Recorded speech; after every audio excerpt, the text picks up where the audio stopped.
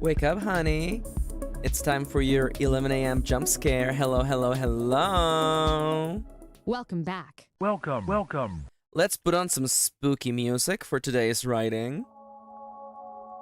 And there we are.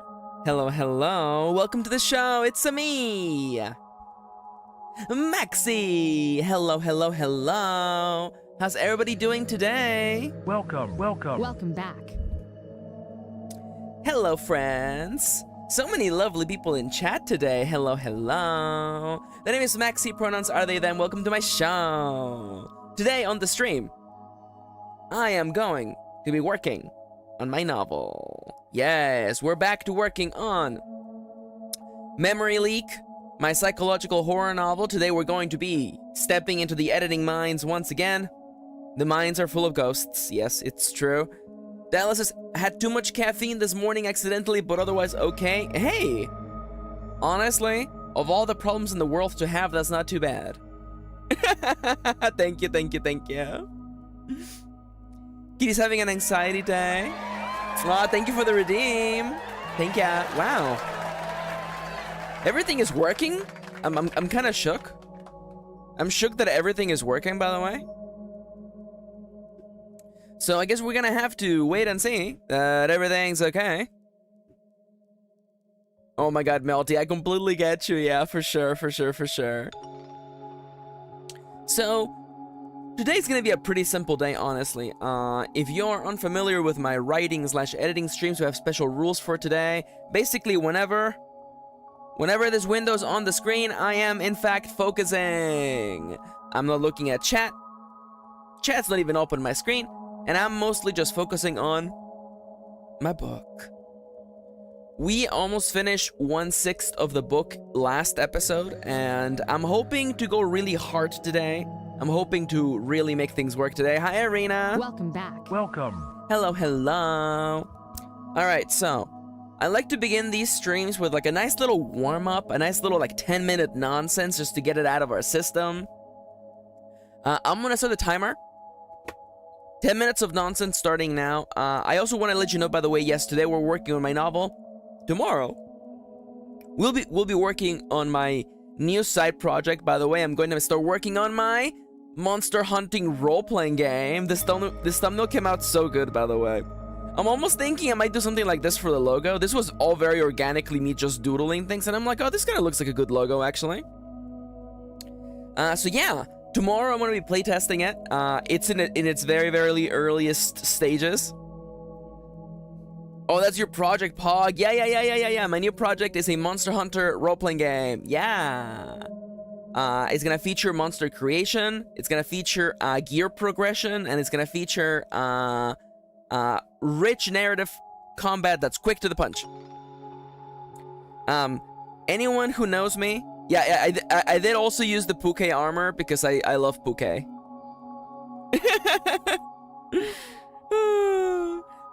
So anyone who knows me knows that combat in tabletop role-playing games is my least favorite thing in the whole world. I am purposefully designing this game so combat is quick and brutal. Ronnie says, for a second I thought Chips was shouting puke. No, it's Puke. Puke is the name of one of the monsters from Monster Hunter. Puke. It's the Puke. It's this boy. It's Tongue Boy. He has big tongue. He's like a chameleon thingy that spits poison.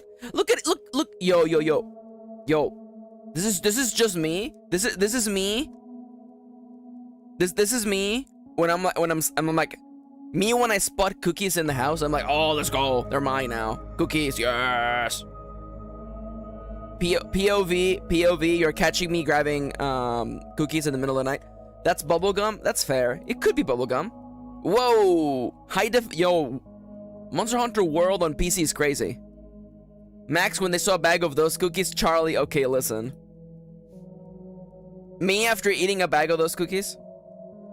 Yo, they really modeled that tongue, by the way. They really went and did it. Anyways, that is the... It is too early to be, yawning, Max, by the way. It is, the equipment? Oh, the equipment, oh, wait, no. You can't see the equipment, okay, never mind. Anyways, so yeah, I'm working on a role-playing game. We're currently in the warm-up of this stream in the nonsense section. If you have any nonsensical questions you want to ask me, or any fun questions you want to ask me, shoot right now. Because very soon, I'll be stepping into the world of working on this novel. So I'm going to be very, very busy. Oh my god. That's so funny, Melty. When was the last time I was upside down? I don't think I've ever been fully upside down. I don't think so. Maybe when I was a child. Maybe when, actually, you know what? Probably a roller coaster. There's probably a roller coaster where I was upside down. Hi, Joestar. Welcome back. Welcome. Oh, I'm so sorry, kitty. Yeah, the Pokemon Center, I know, like, you walk into the Pokemon Center and you hear the song. No, wait, no. No, that's Pallet Town. What the hell is the Pokemon Center song? Pokemon Center song.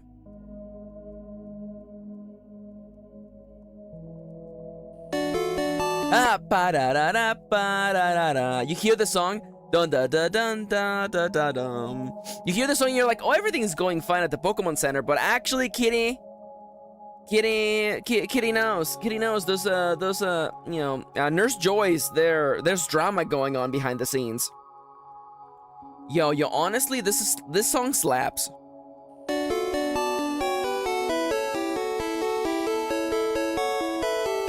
Forever slaps. Perpetual slaps. There will never not be a time when that song doesn't slap. But anyways. Da da da da da da da da. Yeah, that song is going on as all the admins are putting out the fires at the Pokemon Center. Yeah, pretty much. Yeah. Yo, sorry, I drew this and I'm like, the texture in the background is so nice. It's a shame that the color red renders horribly on screen, so you can't see the texture here, but whatever, it's fine. So, in case you're watching for the first time, no, I don't yawn 10,000 times back to back, okay? See, the thing is, it's not that I'm tired. It's just that for the last couple of weeks, Kitty and I, we have been getting up early and going on walks together.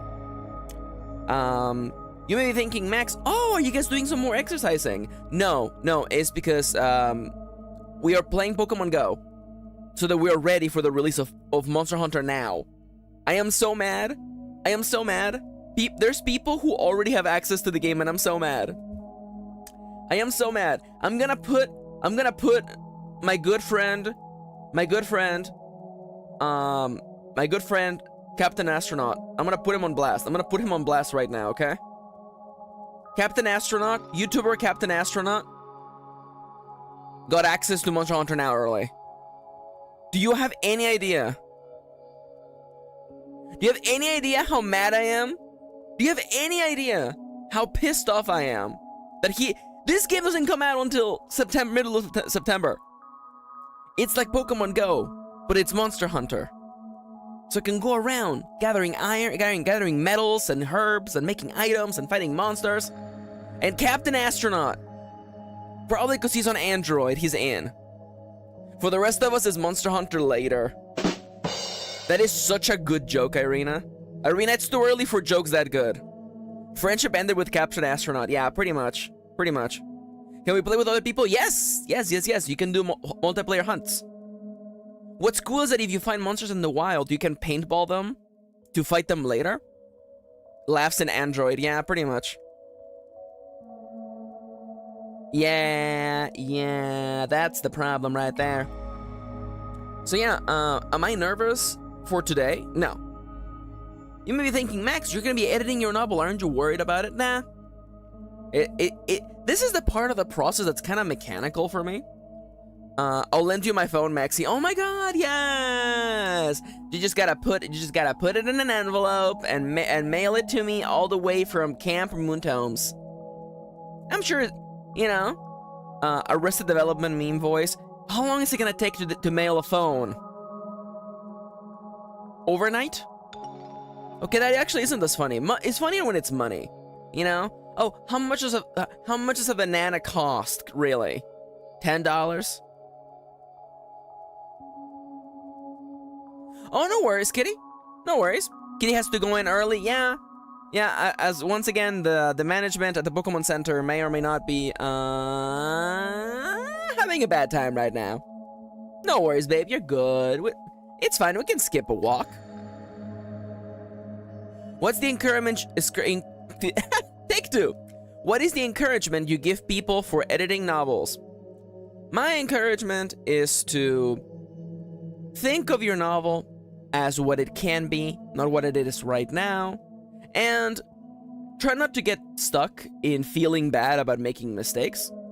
The best part about editing a novel by yourself, not live on a stream, is that you have the privacy and the space to make it as bad as you need to, or to be as sloppy as you need to be, because you're gonna be editing it by yourself. No one's gonna see it. No one's gonna see your mistakes. The only thing people will see is the version of the book you choose to show them later. So that gives you time to be like, oh, I don't know how to fix this line, I'll fix it later. Yeah, see, I'm crazy. I'm absurd. That's why I don't mind doing this live. I actually like streaming. I actually like live streaming this as a kind of accountability system. I don't recommend this duet for anyone other, really. It's really more of a me thing. How much do you think a pair of short pants costs? I'm gonna go with a healthy 20 bucks. A pair of jeans is usually 30 to 40 bucks. I'm thinking a pair of shorts, probably, I'm gonna say with a 19 bucks. Like streaming, leaving alive. God, Chips, how dare you? I have dyslexia, how dare you? How dare you? I'm being made fun of. I'm being made fun of for saying a thing wrong, even though I did, and it's true. Your Honor, should the defendant, which is to say me, be made fun of for goofing? The judge says, well, was it a goof? And I'm like, yeah, it was a goof. Then you got cut goofing. Are we bullying Maxi? No, everyone's telling me how much they love me, because they do. They better. Welcome back. Welcome. Seku! Seku, okay, Seku, how are you gonna bully me?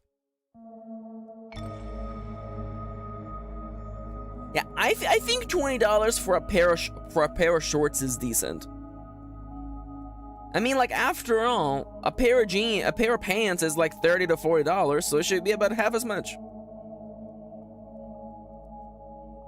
Oh my god! Oh yeah. Seku had a lovely stream, right? They were chatting with AI. What a Seku coded stream, by the way. What? That is the most like Seku coded stream that it could be. I mean, like, listen. I'm not saying this to dunk on Seku, but I feel like if there is something... Oh my god. Seku says, I could make a Maxi AI and I don't know what I would do with that. It was very funny. I have to watch that. Seku streams a little early for me, because we live in different time zones. I was gonna hit the rim shot, but I'm like, that's not a joke. That's just literally a fact of life. But it's definitely on my watch later. I want to catch that. I saw in the thumbnail a few of the AI you made, and I'm just like, I can't wait to see how terrible this goes.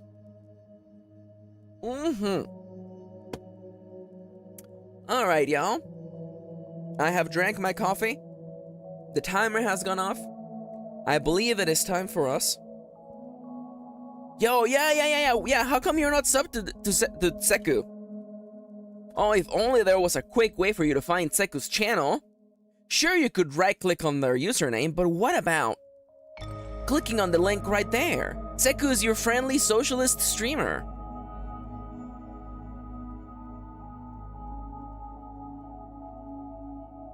Yo! Oh my god. I can't believe... Wow. Wow. Seku says some highlights include streamer man inviting me and my dog to eat off of the same plate together. Oh my god. Oh my god. So, honestly, I feel like we're... As a family, he said, no idea what to think of. Oh my god. Oh my god. As a family. What is that? What? Thanks for the link. No worries. That's pretty sus. It is pretty sus, isn't it? Isn't it? Anyway. I'm actually a little on the thirsty side. Don't make a joke about this, please. I just need to hydrate. There's a list of words, right? Words that are now basically cursed. You can't say the word thirsty. You can't say the word suspicious, sus, or among. Every time I said the word among, someone is like, Among Us? Among Us? Among Us? Among Us? Thick, you can't say thick anymore. Yeah, thank you. I say among, Chip says us, Among Us, etc., etc. The other word is daddy. You can't say daddy no more. The word daddy has been removed from the lexicon, unfortunately. Rip to all daddy enjoyers. Okay, alright. Alright, yep. That's me bonking myself, by the way. I do have to clarify who's being bonked, because I do recognize it because I am in your ear holes. Technically, whenever I'm bonking myself, you're also getting bonked. If it makes you feel better, I also hear the bonking, so. I've been bonked in the crossfire, yeah. Yep. These are acts of AoE, area of effect damage. God damn it. Kitty says, Kitty quoted me, rest in peace to all daddy enjoyers. God damn it, that is quote 434.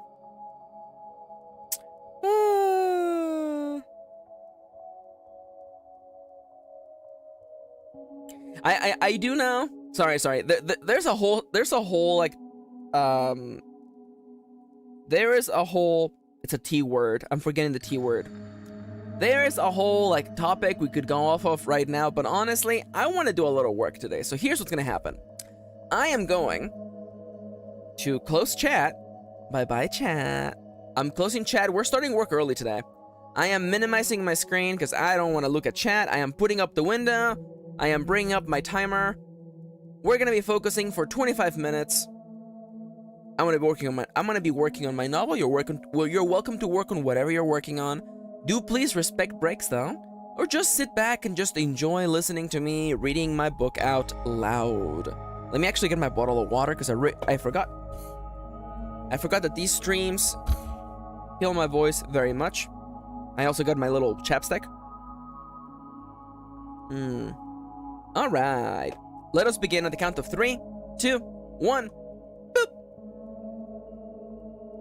Act 3, Scene 2 of Episode 1. Ava was trying to focus. She was making art for the game, creating assets using her talents. Although it should have bothered her that Adrian had suddenly changed the plot of the game, she could not argue that it was the way to go. In fact, she loved it. In fact, she loved the new twist. The new twist. To her, it made sense to her. Almost as though it had always meant to be that way. With this new plot twist, everything about the game clicked. Clicked in place. Clicked? She wished things were clicking then. Click then.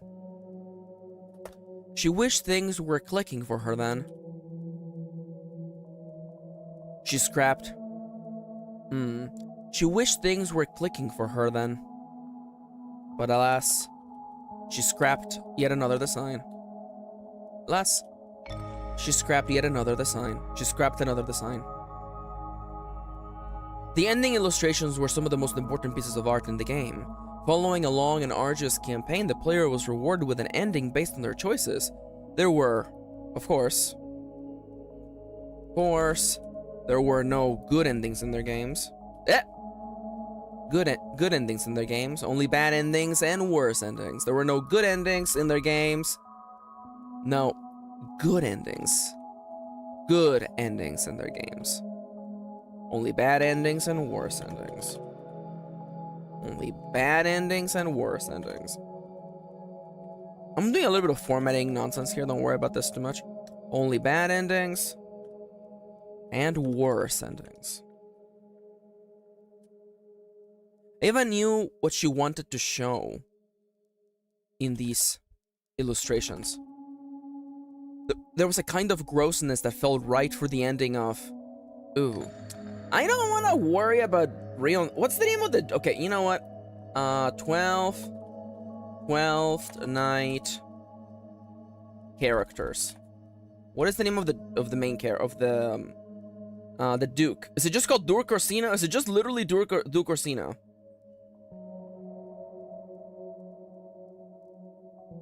Yeah, he is in love with the beautiful lady. Okay, it is Duke Orsino. Okay, perfect.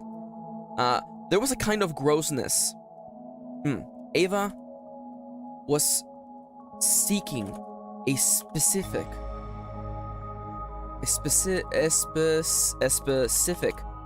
type of uncomfortable grossness that felt right for the ending of Duke Orsino's story. Orsino's story.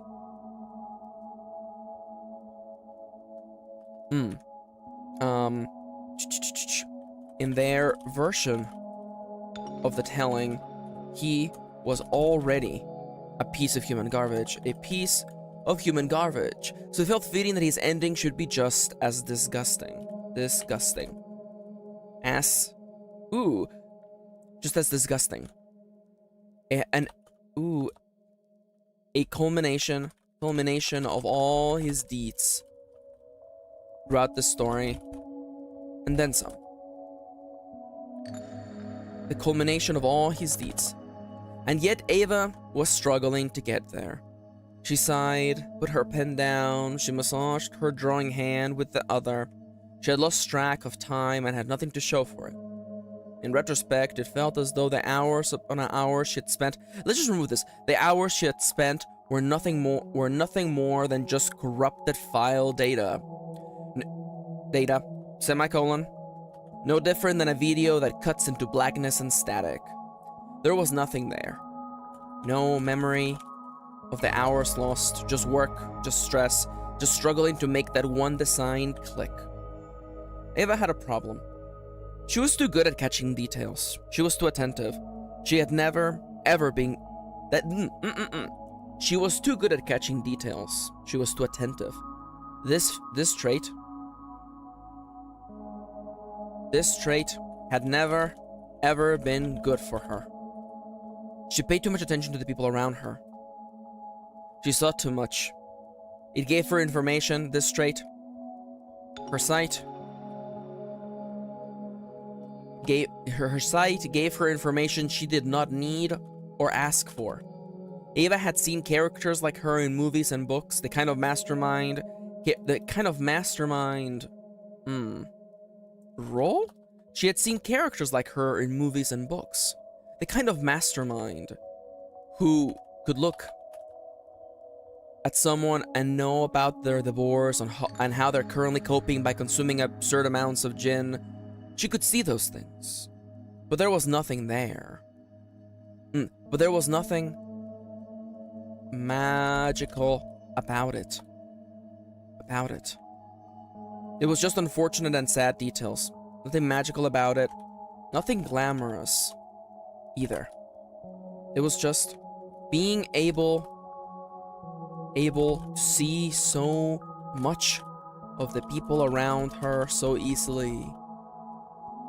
It was just unfortunate. It was just sad.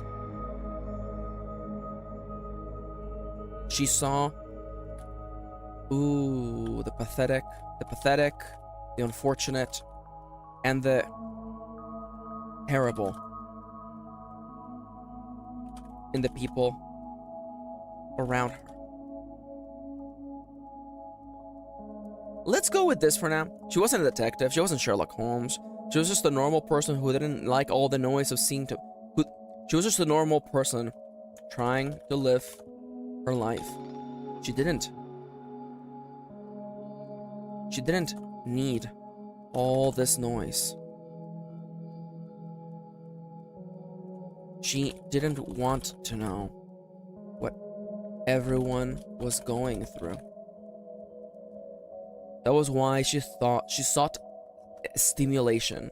It was easier for her not to notice the little things if she was stimulated. The sensation of her blanket, the music blaring in the one ear, the podcast in the other. She kept herself distracted this way. She kept herself focused. She used sensations as a chance to sharpen the point of her spear. If she enjoyed good food, she savored good company. No, she enjoyed good food, she savored good company. Adrian had no idea how important he was to Ava's work. If it wasn't for Adrian's company, the times they made love in his room, then she likely would not have had the mental capacity to work as she did, to make art as she did. She needed these distractions to function. It was the only way. She wasn't looking for one at the moment, but one found her. I'm not sure. I'm not sure about this. It was the only way. Even at that moment, as she massaged her tired, drawing hand, she was seeking distractions. She was lost in her mind. Repeating this reverie. This sad, this strange explanation as to why her brain was the way it was.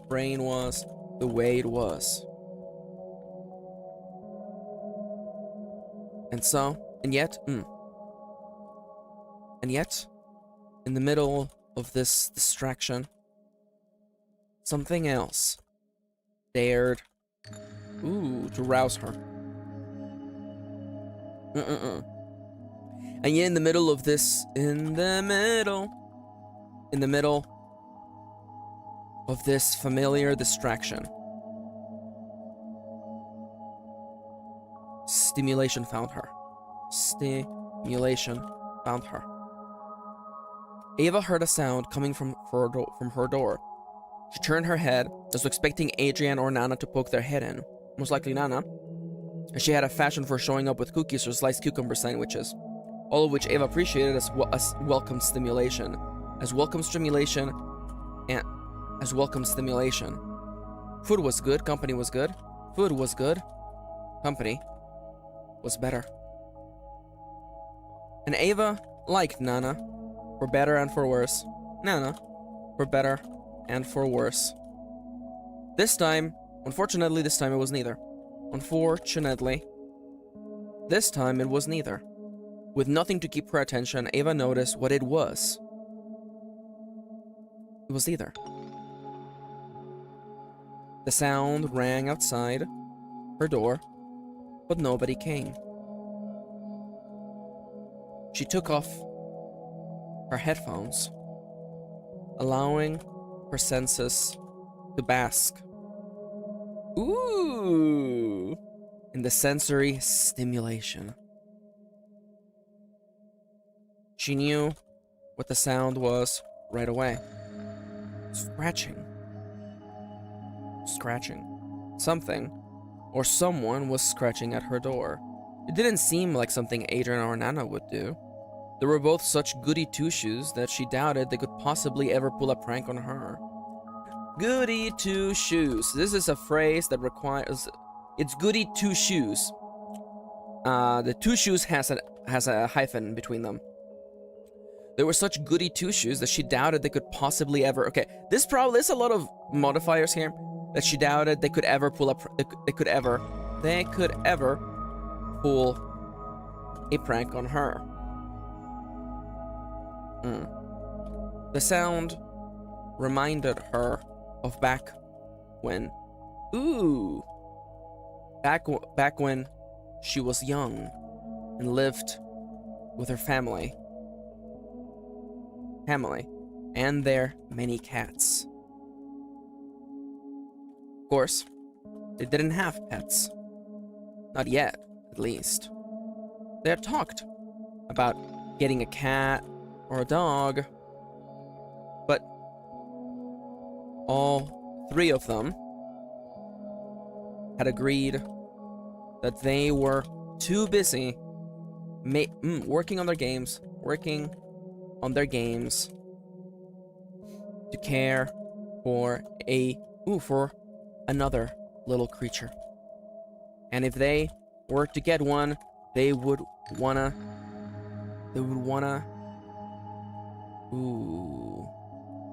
treat it well.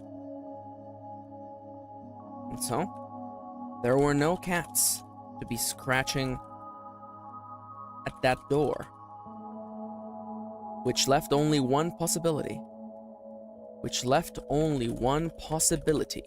Casey. Was she back already? Unlikely.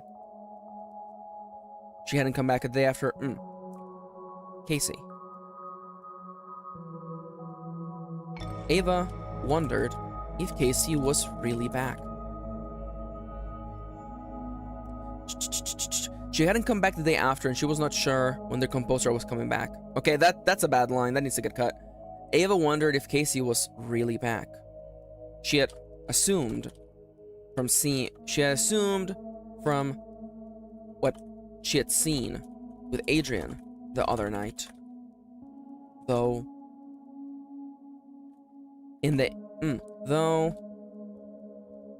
she still wasn't sure. She had all those damn details on her mind. There hadn't been dishes in the sink. There hadn't been any extra dishes in the sink or any sign of Casey in either of their bathrooms. In any of their bathrooms.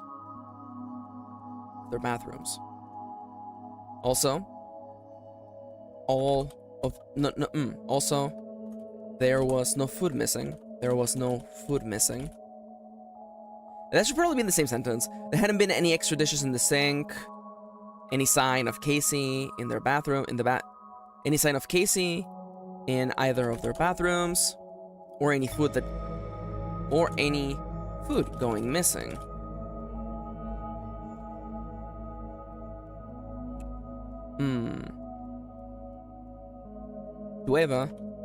To Ava, this meant Casey had yet to come back. Though this too seemed strange.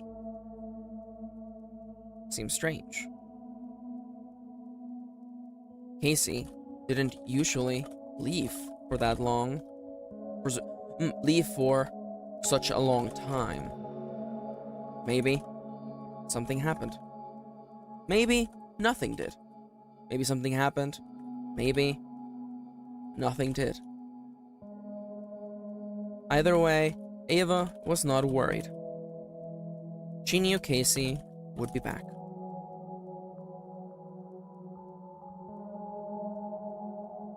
Was she back right now? Was Casey the one scratching at her door like some nagging cat? Unlikely. Seeking the stimulation of finding out the source of the sound, Ava rose from her chair. She let the blankets fall to her sides, her headphones hanging off the edge of the desk. By the cord. She walked over to the room in darkness. She held the doorknob in her hand and turned it. Nothing. The corridor was empty. She sighed. She had hoped that at least it would have been something fun and exciting, like a house robbery or a cat that had snuck in. Alas, or a stray cat. Alas, no stimulation. She rubbed at her eyes. The corridor was so bright compared to her office. It took a second for her to be able to look around and take in the details. She looked for stimulation on the walls. Nothing. As bare as always. She looked up and down the corridor, same number of doors, same window, same number of boxes in the corner. Everything was as it had always been. Defeated, she even thought to look down, though she held no hope of finding anything. She looked down at her feet, first noticing the black nail polish on her toes. She loved gel nail polish. She loved how reflective it was, how she could make the light dance across her nails with just a little wiggle of her toes. She savored the stimulation, though it did not last long. Because she saw something. A spark of light. A blink of white and blue. She bent down and picked it up carefully. It was a piece of glass. Daring to see if this was really what she thought it was. Okay, ew! That's not good. It was a piece of glass. Daring to see if it... Ooh. Oh yeah, okay. I see where the sentence is going. I just have to get there. She already picked it up. It was a piece of glass. Daring to see if it was real or just imagined. She brushed the flat of her thumb against the edge of the glass. She felt the friction grow hotter, sharper, and she pulled away before it could break the skin. That was glass, all right. But how had it gotten there? Confused in more ways than one, Ava brought the piece of glass closer to her face. The shard was thin, as though the kind of glass you would find in a picture frame. It was nothing like the glass of the windows. She hadn't even started to wonder why that had ended up. Okay, I see where the sentence is going. Let's fix this. It was nothing like the glass in the windows. So once again, no house invasion. No invasion or robbers. Ava did not let the stimulation go to waste. Though. She considered how a single shard of glass like that could end right outside her door. She considered how a single shard of glass like that could end right outside her door. But just as she was beginning to formulate, an explanation, something happened. She heard something, heard it near, and felt goosebumps all over her skin. Scratching. She looked over her shoulder. She heard the scratching right behind her. It was close and hot, like the whisper of a lover. It felt violating to her. The thought that someone or something would come so close to her without her consent. She felt her brow grow tight. She felt her brow tighten. She didn't like this game. If it was a game. Okay, you got me. This was fun, Ava shouted. Now quit it. She heard her own voice echo down the corridor. Their house was so damn big that she wasn't even sure Adrian could have heard her on the first floor. Casey surely would not have heard her all the way from the basement. Ava was holding on to the hope that it was a prank and that she would finally have a good reason to kick Nana and Adrian's ass.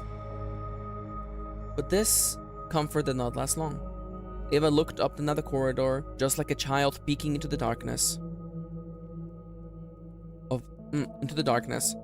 The room was fully lit. Okay. I see. The corridor. The place was fully lit, and yet she did not feel safe. Where had the glass come from? When faced with the fear of the unknown, humans are capable of the most incredible magical thinking.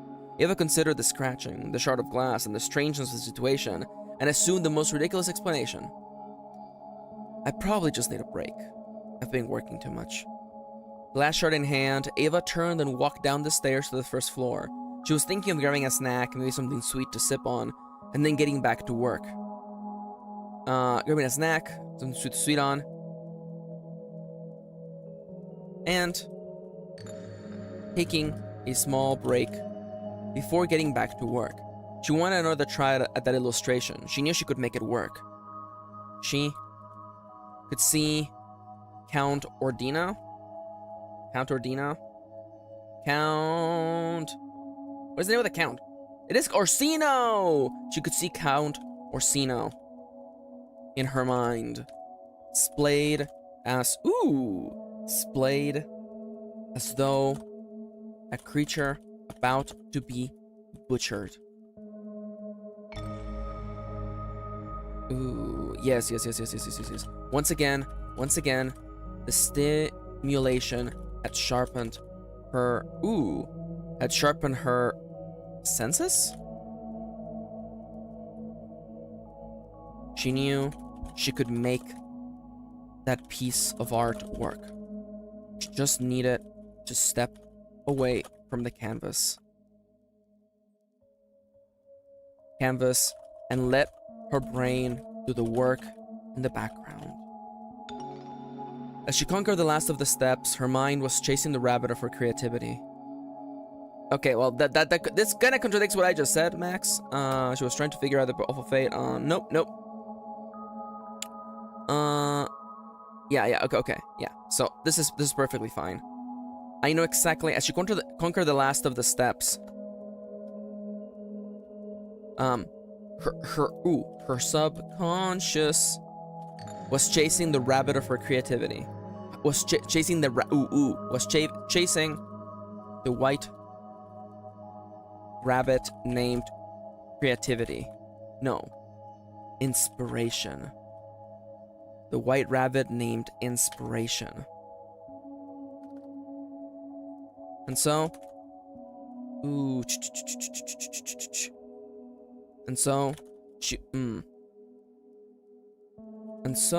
she could not help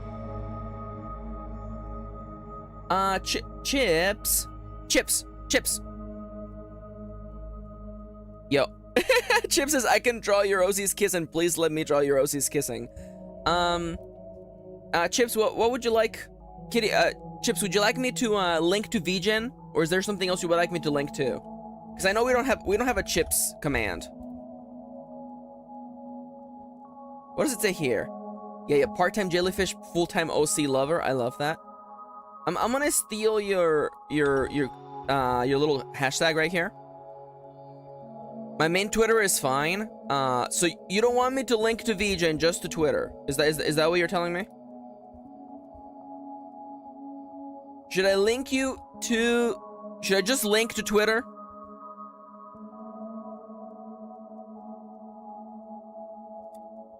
Me gonna just be like, yo, just freaking commission their art. Commission this gay. Commission Chips can draw your characters. You know what? Chips, also known as Chipadies, is a digital illustrator and part-time jellyfish. A digital illustrator and part-time jellyfish. Let me just capitalize these. Yeah, it should be fine, unless eyeballing... Oh my god. You know what, Chips? How about I just do both? How about I just literally do both? Follow them and commission their art. There you go. Oh yeah, I forgot. I gotta put they them. They them. It's a digital blah blah. Chipadies. Their art. Wave. Three waves. No. 1 wave, 3 hearts. There you go. Heart, and I'm gonna give you with the. What are Chips' colors? I think it's like. Yeah, it's like blue and purple. Okay, let's go with blue and purple. There we go. Chipadies, they them, is a digital illustrator and part-time jellyfish. Follow them and commission their art. And I'm gonna get this boom. There you go. Submit. Do the wind chime emoji. You're so right. Let me edit that real quick. Nobody do anything, okay?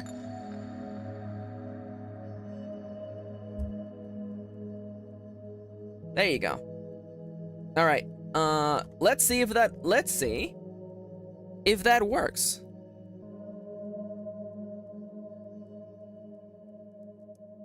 Oh no, I can't believe, did I just make a Nightbot command? There you go. Oh no, I can't believe it. I can't believe I've done this. Get wrecked. Get wrecked, Chips. That's right.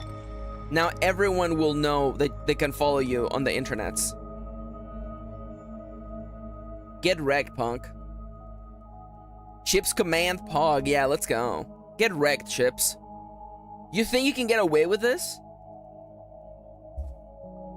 You think you can get away with this, you punk? Alright. So, Zvedvozai.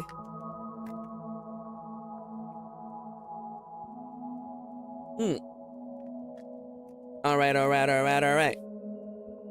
Now, hey, ladies. Yeah! I am getting ready to jump back into work, by the way. I would like to remind you to hydrate, if you haven't already. And, yeah. I hope you have a lovely next 25 minutes.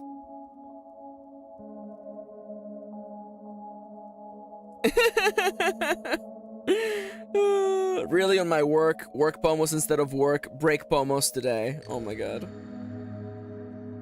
Yo, honestly, listen. So, anyways, I want to get back into the writing, so I'm closing chat. I love you all. Be back in a minute. Do I have like a bye emoji? I don't. All right, I am retreating back into the world of not looking at chat. Be back in just a minute, and by a minute I mean 25 of them. Be right back. Beep boop. Was there a part of him that was happy to finally meet his doom?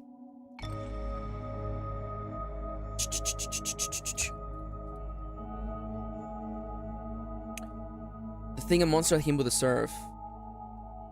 Ava could almost see him, not as a two-dimensional approximation of a real person, but no, not as a two-dimensional approximation of the human form, but as a real person. She could see him. She could almost see him right, just off the edge of her vision. The look on his face. She tried to make it out without turning to see this imaginary person. What?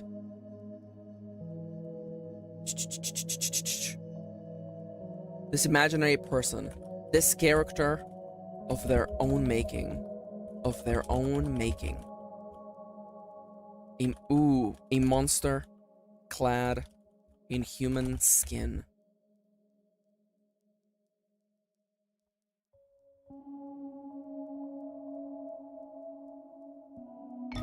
I see. A monster clad in human skin.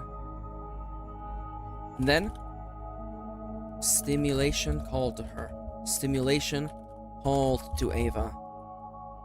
And she heeded the call, and she heeded, and she turned to listen. As though a siren calling to a lone... No. And she turned to listen as though sailor mesmerized by the siren's song. There you go, finally. Scratching. More scratching. There was more of that damn scratching. This time Ava did not let it get away. She followed the sound. She chased it down the main corridor of the house. The scratching sounded distant and yet not so, as though she was chasing something she could not see. When she came to, she was walking down the steps to the basement. She took a step towards Casey's door and remembered what Adrian had said not so long ago. What did Adrian say not so long ago, Max? Come on, let's go. Nope. Can't win. We don't do games with twists. Okay. We really shouldn't there you go. I'm gonna just go grab this line. And you're like, Max, what if the line was the same? It wasn't the same. I knew it wasn't the same. There was no way I would make it through 2 drafts without a sentence like that changing. Oh, we really shouldn't pry. There you go. So this becomes, we really shouldn't pry. You know, I can just literally cut it there, actually. We really shouldn't pry. Ava came to a stop. She looked at Casey's door. It was ajar, just like last time. Casey was not the type to leave her door open just like that. After all, she was often recording music and capturing sounds. Recording music and sounds. Leaving the door open was the antithesis of the entire reason why she had chosen the basement as her base of operations. As her office. Come on, don't be silly, Max. As her office. She hadn't come back the night of the crash. No, the crash? Oh, yeah.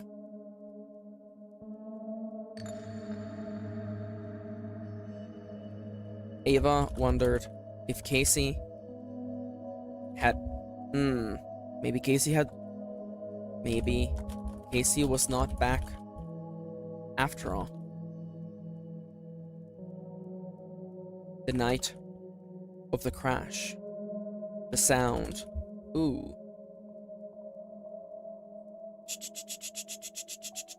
The sound that both her and Adrian had heard. Adrian had heard in the middle. Had heard. And followed. To that very spot. Okay, what am I trying to say here? Maybe Casey was not back after all. Ava could not argue with the evidence. Could not argue with the evidence. The lack of any dishes, the lack of any dishes that weren't their own, any dirty dishes, no food going missing, no proof that Casey had showered, or no food going missing. This is like such an uninteresting way of describing this. Ava could not.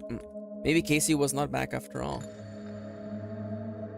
Though if that was the case, then what had caused that sound they heard the other night? Crash that Adrian and Ava had followed all the way to the basement. Well, not all the way. Adrian had convinced Ava to not pry. To leave Casey's stuff alone. And she had listened. Mostly because she wasn't sure if Casey was back. Now that back, Ava wasn't too sure. She wasn't sure if Casey was back. Now, she was almost certain. And still, Casey being back or not didn't explain that sound. The scratching.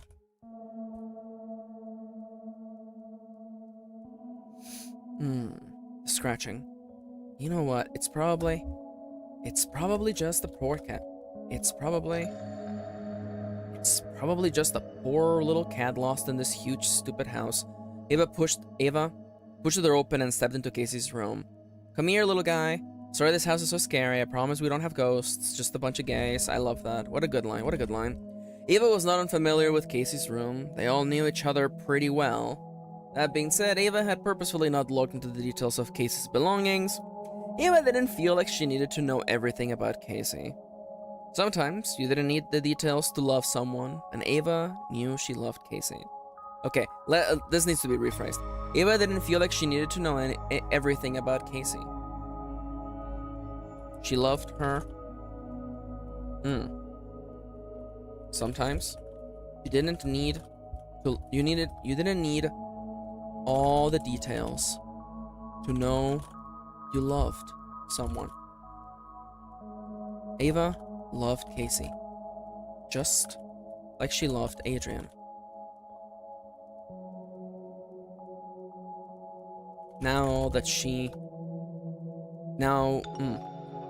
though, with the chance to pry and look around, Ava could not help but be a little surprised by what she found on the shelves.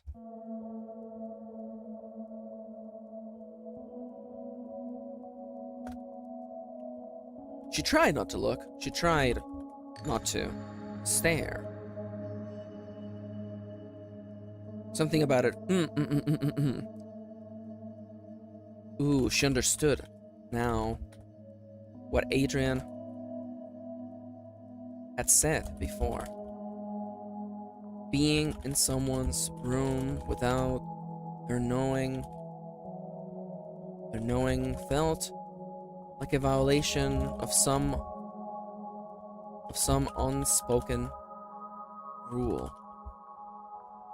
A breach of trust. Ava tried to look away. She knelt down and looked for nooks and crannies where a little cat, possibly a kitten, could be hiding in.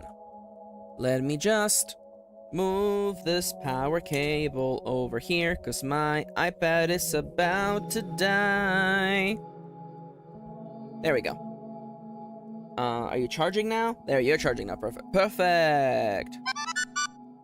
Possibly a kitten could be hiding in. Okay. Finding nothing. Looking, and looking. Looking and looking. But finding nothing.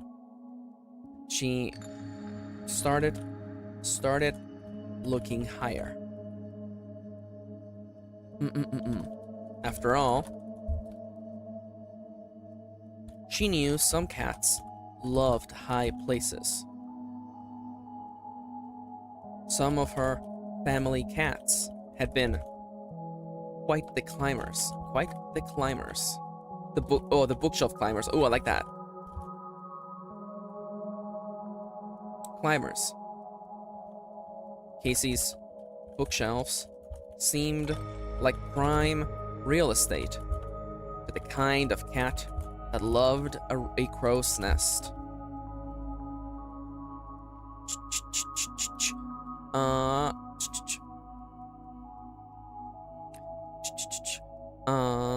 In between looking for some sort of stool and searching for the cat, some of them went up pretty high. If there was a kitten hiding up there, Ava was going to need, a stool or something to get up there. In between, looking for anything to step on. Anything, to stand on. Shut up. To stand on. To look for this cat. Ava found herself staring at a few disturbing items on the bookshelves. There was a display of strange books, that were strange to say the least. All of them were adorned with horned creatures and entities that could only be described as demons. There was also what appeared to be a crystal ball along with some carved gemstones. It didn't look like something Casey would have, though then again, Casey was a bit on the edgy side. Casey didn't look like it anymore. Blonde hair, her blonde hair all chopped up, but she used to be a goth. Ava knew because she had seen the photos of teenager Casey flipping the middle finger to her parents. Back then she was all skin and bones, black lipstick, her hair dyed black and Back then, she was all skin and bones, black lipstick, and her hair dyed black with pharmacy hair dye. And lots of fishnets. It was no wonder that a girl like that would grow up to be the composer for their messed up little game studio. Still, the books with demons on the cover seemed a little too much. There was one specific image that really spoke to Ava. A sort of goat demon thing, with bat wings and a pair of dragon wings, and a pair of, well, human breasts, and what appeared to be both sexes fully exposed. Trans demons? They're just like me for real, oh my god. I can't believe I wrote this line. I'm gonna see if Kitty is okay with this line gets to live. I don't know. Trans demons? Wow, they're just like me for real. I don't know. Laughing at her own cringe. Now, I don't know if this works. I'm gonna see if it works for Kitty. Laughing at her own cringe, Ava stepped away from the bookshelf and felt something under her foot. And suddenly, suddenly felt something under her foot. She looked down and found that the heel of her sandal had stepped on a thin picture frame. She had broken the glass on the very edge, though it was the least of the damage done to the poor thing. It appeared to have fallen off of one of the nearby shelves. Ava could tell from a spot where there was no... It appeared to have fallen off of one of the nearby shelves. Ava could tell from a spot where there was no dust. Ava could tell exactly where from the line. From where there was exactly where it had fallen from, since that spot. And the shelf didn't have any dust on it. She wasn't exactly sure how that frame had fallen. She wasn't about to rule out the possibility of there being an adorable little lost kitten somewhere in the house. There was also the possibility of there being mice or even rats, old houses and all that, but she did not allow herself the chance to even consider this. It was a cute kitten or bust. After thinking of the name she would give the kitten, Ava absentmindedly picked up the broken photo frame. As she brought it closer to her, she noticed how the glass in the frame shifted, as though it was missing parts of it, thus allowing for the glass remaining to move around. She suddenly thought about the shard of glass she had found earlier. She was about to start putting together the sharpest jigsaw puzzle of all time, but she couldn't help but wonder if they were all part of the same sheet.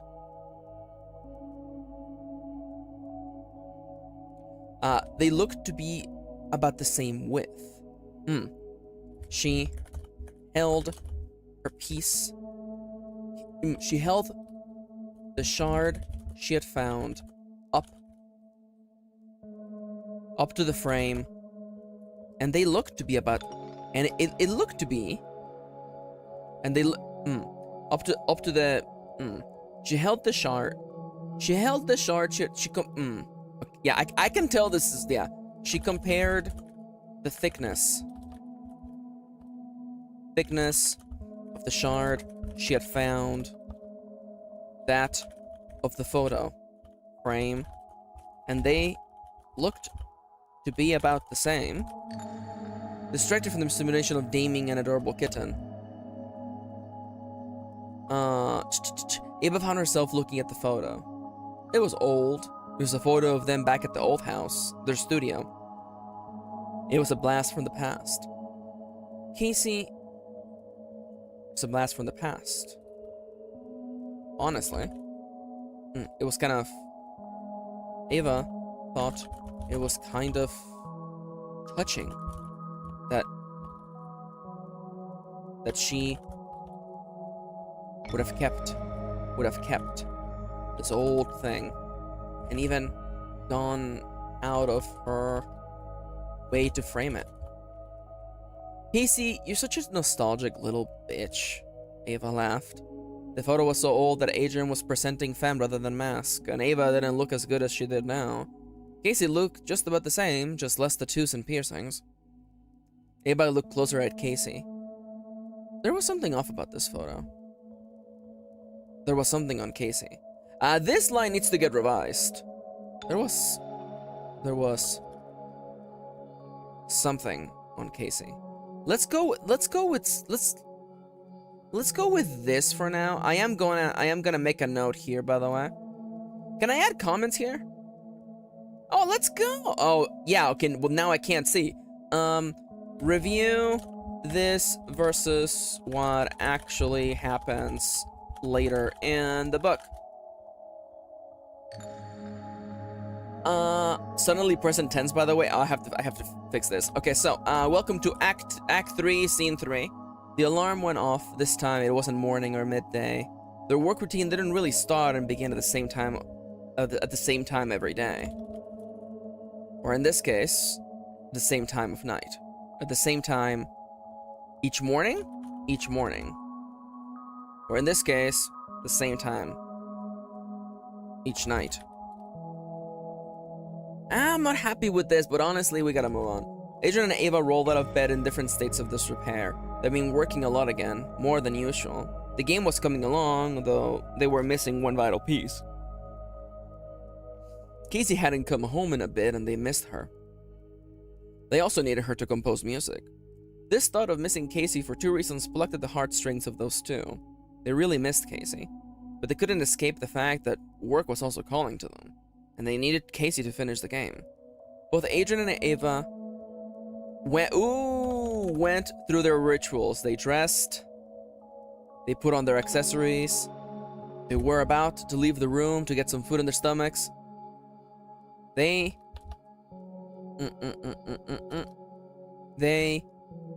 were about they left Adrian's bedroom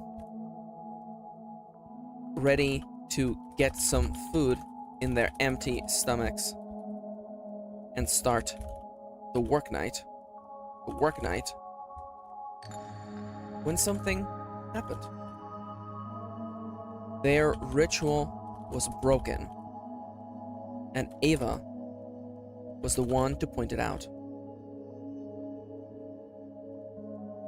Something happened. Something broke their ritual. And it was Ava who pointed it out. "What's wrong, Adrian? You've been quiet since yesterday." "It's nothing," he answered, but it was never nothing. "Is it the reviews?" Ava shrugged. "Don't worry about that. People will like our games and hate them. People will like our games and hate them. We don't really have any control over that." You're hoping the Nintendo release would be better." "I was too." Ava shrugged again. "It's out of our hands, baby. Nothing we can do about it but work on the next game. We got food on our tables and a roof over our mouths. That's really all that matters. We also have each other." Adrian forced a smile. "Oh yeah, that too." Ava stuck her tongue out. Feeling as though the conversation had reached its natural conclusion, Ava took a step towards the door. She felt Adrian's hand on her arm. He was not done. He had something else to say. "That's not really what's bothering me, though." Ava blinked her eyes. She inspected him in that attentive way of hers. She made an assumption. She saw the stimulation of cutting to the chase. She did not fully take in the expression on his face, the worry, the fear, the desire to ask an unfortunate question. "It's Casey, right?" "It's okay, she'll be back." Ava forced a smile. She's just,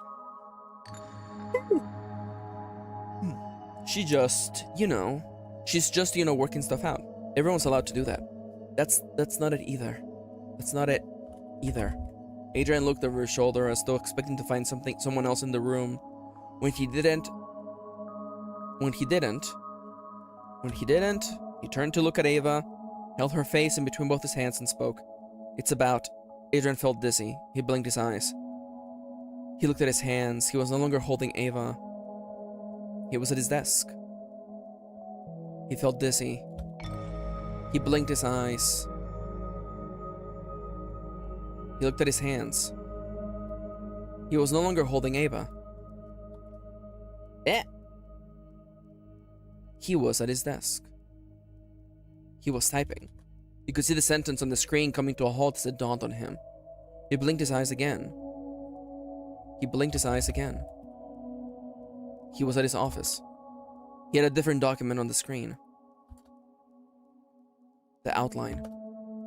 He was going over the outline. His throat was sore, as though he had just talked about something for hours, and he was talking. He was halfway through a sentence when he realized that he was in fact talking. He was in fact talking out loud, right at that very moment. The second ending should be reworked. I think.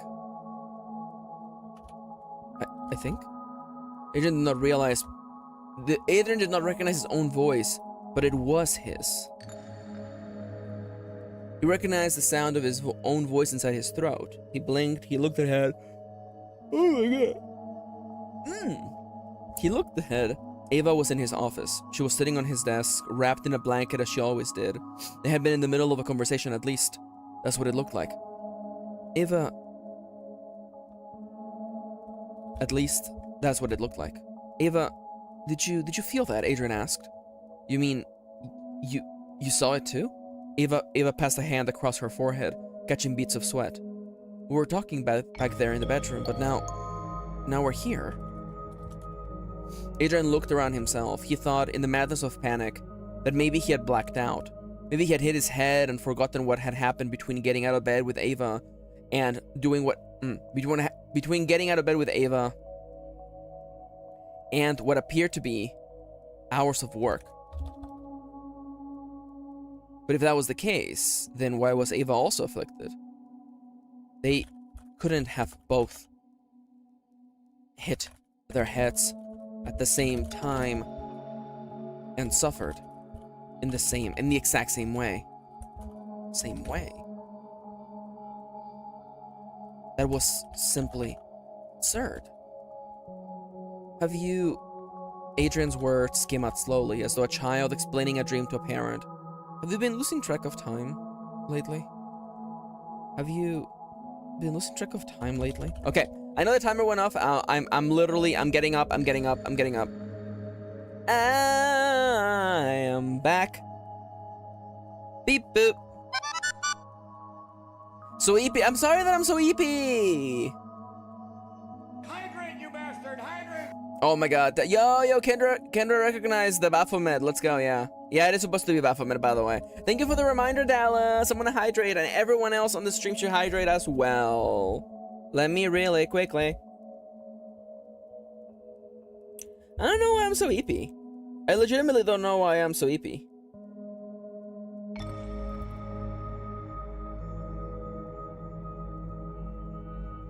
How many seats have I purchased? Oh, this is fine. This is fine. I respect the EP-ness. No, I don't respect the EP-ness. People should be beating me up for being EP, honestly. You did say you didn't think you slept well. I did?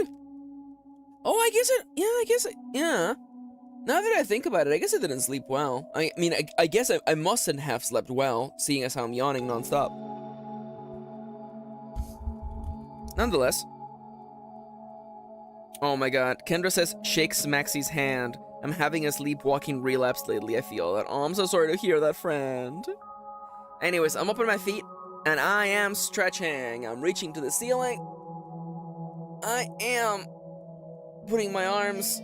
I am T-posing to assert my dominance. And now, having heard a little crack in my back, I am gonna bend down and touch my toes.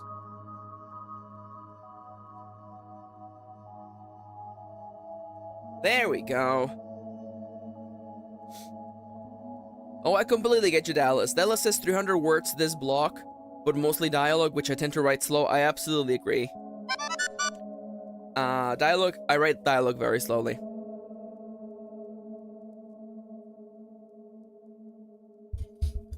I hope things get better, Kendra. Yo, Deo made an Itasha? Let's go! Poggy! Alright, so. What else did I miss? What's everyone been up to in the last 25 minuten? Tell me in chat while I sneeze.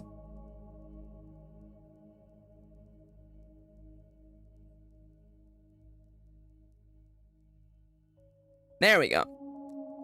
Oh, no worries, Kendra, you're good. Take care, friendo.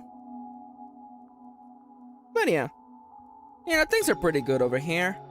Going on walks with my wife. Thank you, Das. Thank you. Bless me, indeed, bless me. Yeah, I think I had a pretty bad night of sleep. Yo, hell yeah. Seiko says, I have been doing research in order to flesh out my persona OC Lamau. Hell yeah. Oh my god. Seiko, what is your persona OC's code name? What is your persona OC's code name, Seiko? What's their code name and what's their persona? What's their persona's name?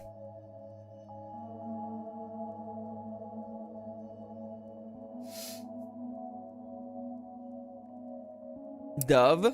Oh my god. Seku. Oh my god. Yo, hell yeah, Dale.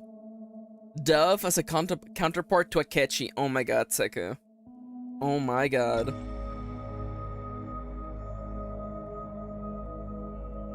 Not me shaking my head. I'm not shaking my head. I have never shaken my head at my friends. Absolutely not. Oh, Persephone? Ooh, that's very good. I like that. I wanted something with a Gilded Cage storyline type thing. Oh, I love that for sure. Persephone's a very good persona. Very good. 10 out of 10.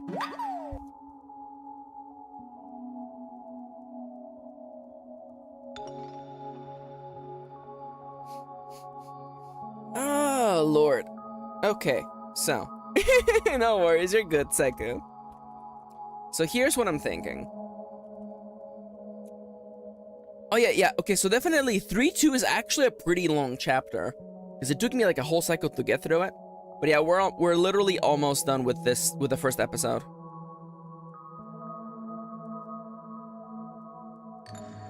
Hell yeah.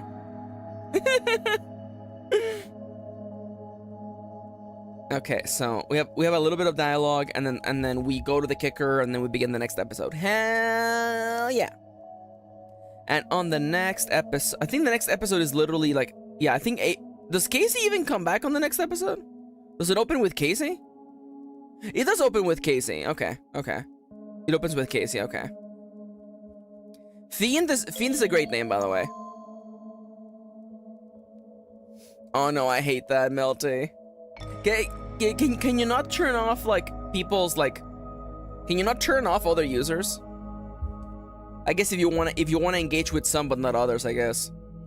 You should be able to like manually mute people though, right? Or don't tell me are you doing a dungeon with this guy or something? I hate that. Nothing worse than someone just literally like playing music. They have a terrible microphone and they're playing music and it's just a pain in the butt.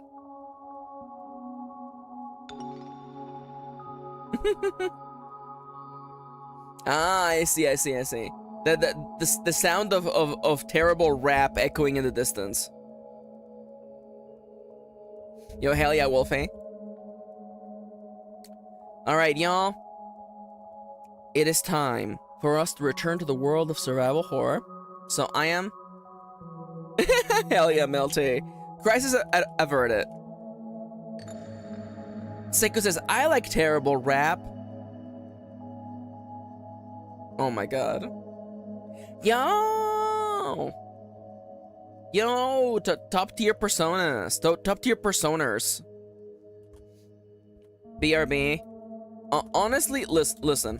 I haven't felt much like playing a Persona game in a while, but maybe once that vibe takes over, maybe I'll make a Persona RPG or something. I could make that happen. I could make that happen for sure. That seems like something I could do. I could make that happen. A Persona TTRPG? Oh yeah, easy. Easy peasy lemon squeezy. But anyways, especially the one more turn system from SMT would totally translate super easily into a TTRPG. And you would know of at least 2 chatters who would be very thrilled. Oh my god.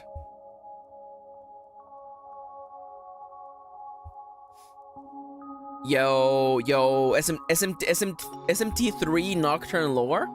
Yo, isn't that's my favorite game because it features Dante from the Devil May Cry series. Anyways, alright.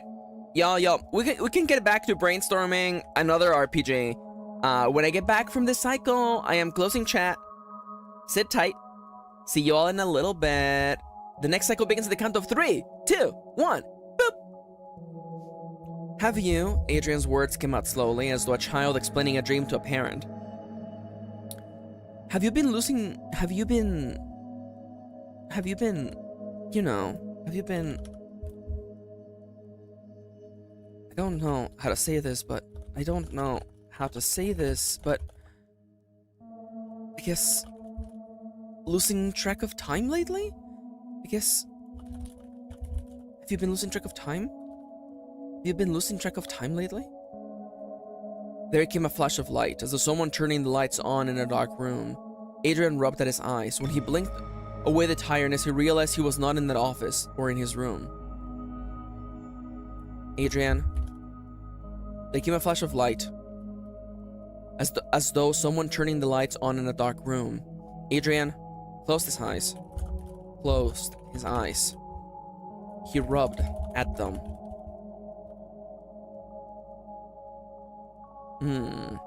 When he, at last, managed to blink away the tiredness, he opened his eyes. And realized he was not in his office anymore. It wasn't his office or his room. It wasn't his office or his room. He was at the dinner table. But he was not eating. Adrian had his laptop open, his fingers already typing a sentence he had forgotten. His fingers halfway through a sentence he would never finish. And he wasn't the only one working. He wasn't the only one working either. Ava was sitting next to him, as she liked to do. Ava was sitting next to him.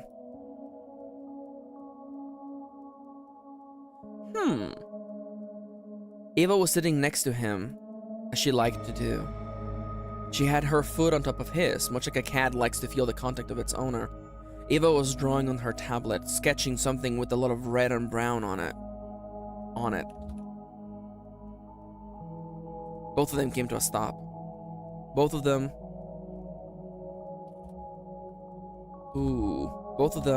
came to a stop. Ava, did you... Yeah.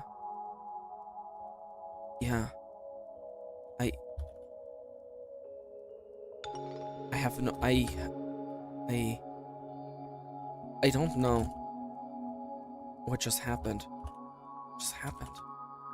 Ava reached out and held Adrian's hand. His eyes were already tearing up. Something was happening to them. Something was going on with them. Yeah, but I don't know what just happened. Something was happening to them. That's too close. His eyes were already tearing up. Something was going on. There was something wrong. Ooh, there was something wrong with them. Ooh, there we go. He didn't have to tell her how he felt. She knew. She could not ignore the details. She took them in. She saw them for what they were. She gathered her courage. He had been brave enough to tell her before. She would try to do the same for him. Something is happening to us. I think it's the house. Adrian and Ava held each other in the darkness of their bedroom. A shard of moonlight cut across the darkness, freezing motes of dust in the air. Adrian had been crying for a while. Ava just held him close. She knew what to do. She knew how to care for him. She held them together, keeping him from breaking. Something strange was happening to them. Things had not always been like this. There was a time when Adrian and Ava loved their work. They loved what they did. They got up in the morning excited to work towards a shared goal, but now their work didn't feel like that anymore. They got up in the mornings because there was nothing else to do. They worked because that was the only thing they had. They worked, they slept, they worked, they slept. They had nothing else. And they thought this was okay. They had talked with other members of the industry that assumed that it was normal. They get absorbed into the process. After all, they were good at what they did. Adrian had a knack for coding and writing. Ava had a knack for art. They should have been happy. They should have been grateful to have these gifts. And yet, there they were. And yet, there they were, losing track of time. You really don't remember anything, do you? Adrian asked in between sobs. You really don't remember anything, do you? No, every time I come to, it's like I just woke up, Ava answered truthfully. It scared her to know this was really happening. But at least they had each other. I don't remember anything. I know where we started and where we ended up, but the stuff in between, no clue. It's scary. I don't like this, Ava. I don't either, baby. She kissed him. He kissed her back. She sat up in bed, reaching into her nightstand and pulled a little notebook. Adrian knew what was next. They had done this before. Still, he couldn't help but be a little doubtful. We're going to make a list? Whenever there's something scary, we make a list. Adrian wiped the tears off his cheeks. It was worth a try. For once, it was Ava who wrote. She took Adrian's words, and together they wrote down a little record of what was happening to them. They were suffering from blackouts, from strange blackouts. There were moments in time gone from their memories. Both Ava and Adrian were affected equally. They didn't have the best diet, though there was no reason for them to believe that sugary cereal was causing blackouts. If it wasn't their diet, then it had to be some sort of environmental source. It's the house, isn't it? Adrian repeated. I don't think... Ava said, I don't feel we had these blackouts before. Yeah, I think you're right. Things didn't used to be this way. They went back and forth, questioning what could possibly be the source of these blackouts. They had purchased the house not so long ago, and it had been fully inspected. Certainly, if there was some sort of gas leak, then the inspector would have noticed. The people living in the house before them would have experienced the same things, and certainly none of this was brought up before. Tired from worrying, afraid of what was going on with his body, Adrian said something very silly and yet terrifying. Is this how silly and yet terrifying? Is this house just cursed? Ava's pen moved faster than it had in a long time. Ava, did you just write that down? It's a possible cause, Ava sighed. Really? Curses? What's next? Satan? Adrian laughed. You think Satan is doing this to us? Ava thought about Casey's room, about that strange altar, about the goat-headed demon. Without asking Adrian, she wrote that down too. Ava, baby, listen to me. She leaned closer to him, planting a kiss on his forehead, and spoke the most honest words she could manage. I'm scared, baby. I don't know what's happening to us. I think everything is on the table. I hope it's not demons. Adrian sighed. Maybe we're just crazy. I don't know if demons should be on the table. I don't know if demons should be on the table. Adrian sighed. Maybe we're just crazy. Ava's pen moved again. This time, Adrian did not argue. The young man, that poor little soul, stared up at the ceiling of their bedroom. Oh, how soon had how soon the veneer of their perfect life had begun to tarnish. Episode 2. Polls open. She wanted to be back with them. She didn't want to be back in the house. The young woman stepped off her ride and emerged onto the streets of identical Victorian-style houses. She had dirty blonde hair, all chopped up, strands poking in all directions, defying the force of gravity. She had a worn-out band tee, nearly as old as the game studio she was a part of. Her denim jeans were torn up at the knees, though they were not sold this way. Her jeans were worn and washed with age. She had a messenger bag across her body, mostly with toiletries. She had only taken enough to escape for a little bit. Write a line about the word used for when people is allowed to leave prison. Oh my god. What do you call it when people leave prison? Rent? No. For limited time. Parole! Parole! That's the word. She hadn't enjoyed her parole as much as she wished. But it was time for her to continue her sentence. There we go. A little lost soul named Casey stood just before the steps of the old of one specific Victorian-style house. It was one of the many... dude, we already said this.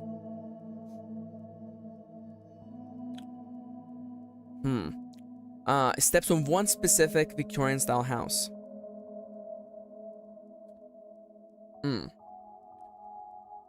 Okay, let's review this, because this is I'm repeating what I already said earlier, which is a waste of time. So, how can I get the most juice out of this one little fruit right here? The most juice I can squeeze out of this orange right here. A little lost soul named Casey stood just before the steps of one certain Victorian-style house. This, although most of the houses looked the same, this one was different. It had something that made it stand out from the rest. For better and for worse, it had something that made it stand out from the rest. It looked like a mess. Casey walked over to the mailbox. Ooh, this is not true. You're not standing for the steps, you're by the mailbox. A little lost soul named Casey stood on the sidewalk, overlooking the sidewalk, staring at one certain Victorian-style house. Casey walked over to the mailbox. It was stuffed to the brim. Most of it had to be garbage, the kind of nonsense you get just by being a person with a bank account. A credit card for this, a credit card for that. Statements, left and right. The fact that there were 3 adults with bank accounts and a business technically running out of this house only served to aggravate. To increase the amount of useless mail exponentially. Aggravate. Exponentially. I feel like that's just a more fun word. It's still, she couldn't just toss it out. There might be some fan mail in there. Not that she wanted to read it. On cue, Casey's phone buzzed in her pocket. She looked at the lock screen, scanned the notification from one of the many Starling Games social media accounts, and immediately swiped it away. Yeah, she got enough interaction with the fan base digitally, she didn't feel like she had to hold a letter in her hands to know what people thought. Some people liked their games, a lot of people didn't. At least that was what Casey thought based on the data she had gathered over the years. In truth, a part of her assumed there were more people who liked their games than people who didn't, but damn it if it didn't feel the other way around. Negative people were just so much louder. Their comments stung so much worse. It felt like no amount of praise could ever possibly make the criticisms hurt any less. Casey sighed, just another thing for her to worry about. She wasn't even back at the house and she was already at a tangled mess. Getting away from her office was one of the few ways she could, well, shake off this weird feeling she had about her work. Casey climbed the steps over to the front door. She stood there, mail under one arm, while her free hand reached for the doorknob. Off to her side, she could see a little pile of packages sitting there looking like abandoned kittens. She sighed again, this time out of sheer frustration. Adrian and Ava hardly ever left the house. No, that was wrong. They never left the house. Everything they needed, they ordered online. Just another way for them to have more time to work. No, They ordered online. And all of that for what? So they could have more time to work? So they could have more time to work?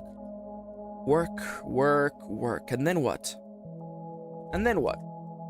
Casey had become disillusioned with their work. She was not happy with her art. She had begun to hate the music she made. She had started not giving it her all. She used to experiment. She used to study all genres. But now she lived in a comfortable corner of her expertise. Sometimes she purposefully composed bad music. King Lear, their breakout hit, was full of bad music. It was a mess. Full of terrible music. It was garbage. It was garbage. And people praised her. She had won awards for that garbage. And she hated every part of it. Garbage. She had won awards. And she had won awards for that garbage. And she hated it. It felt fake to her. As though they were all in on the joke.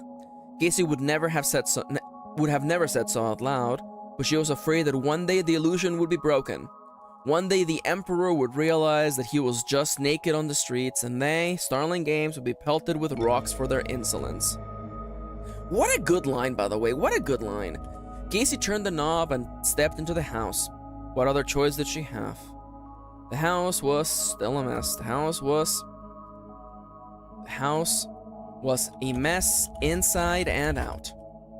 They had moved in months before, it had already been a year, and they were still unpacking. There didn't seem to be enough time to do everything, not with all the work. Casey had made the time to break out of her stuff, line it up nicely on her shelves. This was not the case with Adrian and Ava. They were too focused on their work. They hardly left the house. They could never do what Casey did. Spend a few days out on the town, seeing other people doing stuff that had nothing to do with the game. She felt crazy for doing this, but it wasn't strange. It was normal to take days off. At least, it was anywhere but in that house. Casey wondered why she even bothered coming back. And then, she remembered. It was because of them. Casey dropped the pile of mail on a nearby table, sorting it out one letter at a time, when she saw two familiar outlines. When she spotted two familiar outlines on the edge of her vision. She let the mail fall without care. She looked at them. Adrian with that little sad look on his face, Ava looking as confident as always. Sure, they could have used a new set of clothes, but they were just so beautiful. She loved them. She hadn't been back for less than 2 minutes and her body was already glowing. Her chest grew warm, life breathed back into her lungs. She felt so silly for leaving them. Casey walked down the corridor towards them, ready to hold them in a hug and kiss them both. But then, her smile faded. Adrian and Ava were doing something odd. They were at the back of the corridor. They were now at the back of the corridor, setting up a tripod and camera. They had moved some of the boxes around and were trying to set up a shot. Those two had never, ever cared about making content for the social medias. And never cared about making content for the social media accounts. And she doubted they were about to make and she doubted, and she was sure, just fix the sentence, Max. And she was sure they were not picking up video blogging. So she had a feeling this probably had to do with work. This better not be some weird sex thing, Casey said loud enough for her voice to carry down the corridor. Adrian and Ava turned their heads to look at her. Excitement flashed across their eyes, but only for a moment. Adrian looked away as soon as he saw her. Ava's expression changed to a playful one. This led Casey to feel that maybe it was a weird sex thing. Adrian had a tendency to get roped into things like that. Knowing nothing good would come out of prying, Casey decided to roast the two about the mail problem. Also, the mailbox was overflowing. You guys need to check the mail more often than not at all. More often than,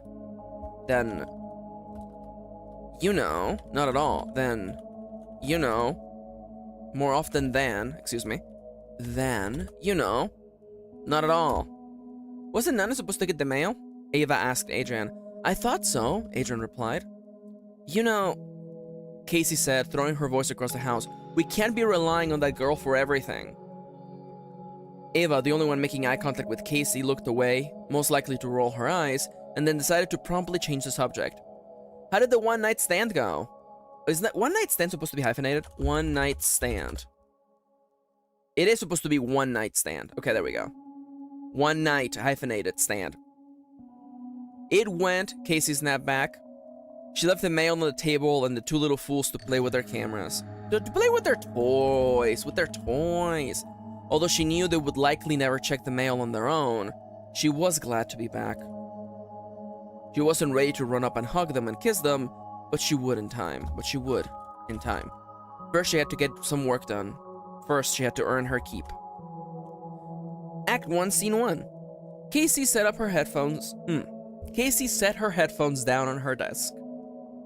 She looked at her monitor one last time. The user interface displayed her most recent song as a collection of colored blocks with lines running through them. Sound was displayed as a collection of chicken scratch and labels. Without thinking, she pressed the spacebar on her keyboard and watched the vertical line dance across the screen. As the line touched the blocks, they produced sound. She had her headphones off, but she could hear the music quietly slithering into the air around her. Slithering out. Slithering out. Slithering out. And into the air around her. This is not good. Kitty's gonna change this, but I'm just gonna see if I can get away with this. This track was about 3 minutes long, and she watched all of it, hearing it as nothing more than a whisper somewhere else in the room. When it finished, she pressed a series of keys in the right order, exporting the document and saving it as yet another unnamed track. Work didn't used to be this fast for her. No. Fast was not the right word. Effortless. Her work was now effortless. Effortless. She sat down at her desk, a melody on the back of her throat, and within a few hours a song was made. There was no need for feedback. No need to check in with Adrian or Ava. They trusted her, and she knew the track was perfect, even if she hated it. Casey considered turning her computer off. She'd been working for a while. She didn't have a clock around the room, nor a window, since seeing as how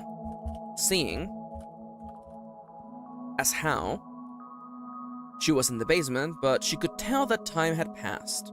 There was a nagging pain on her lower back, demanding that she got off the chair and walked about a little. She would heed that warning, but only for a second or two. She was in the zone. She already knew what she was about to make next. The song was there, lingering on the back of her throat, as though a handful of words ready to slice someone open. There were so many angry tracks in this game. She didn't used to make songs that were so charged. Emotionally charged. Sure, music was supposed to convey emotion, establish a tone, but these songs were overbearing, almost obscene, and yet they worked. People liked them. At least someone did. Casey hated her work. The days when she used to make music for fun seemed like a distant dream. Not even a memory, but a reconstruction of a dream. Had she ever loved her music? Had she ever aligned the blocks and the chicken scratch because they made her happy? Casey pressed the keys in the right order, except for one. She held the last finger just above the key meant to close all the programs and shut down the computer. She had been back for so little. She couldn't leave the house again. She couldn't leave them again. At the bottom of the night, Casey considered dark thoughts. She thought about breaking her computer so that she would have to take a break. She thought about falling down the stairs so that the game would have to be delayed. She thought about hurting herself in a way that would force everyone to stop what they were doing. Don't be so damn selfish, Casey, she told herself. And she sighed. But she did not lift her fingers. Cassandra. Don't be so damn selfish, Cassandra. Or dramatic. Don't be so damn dramatic, Cassandra. Cassandra, why are you being so damn...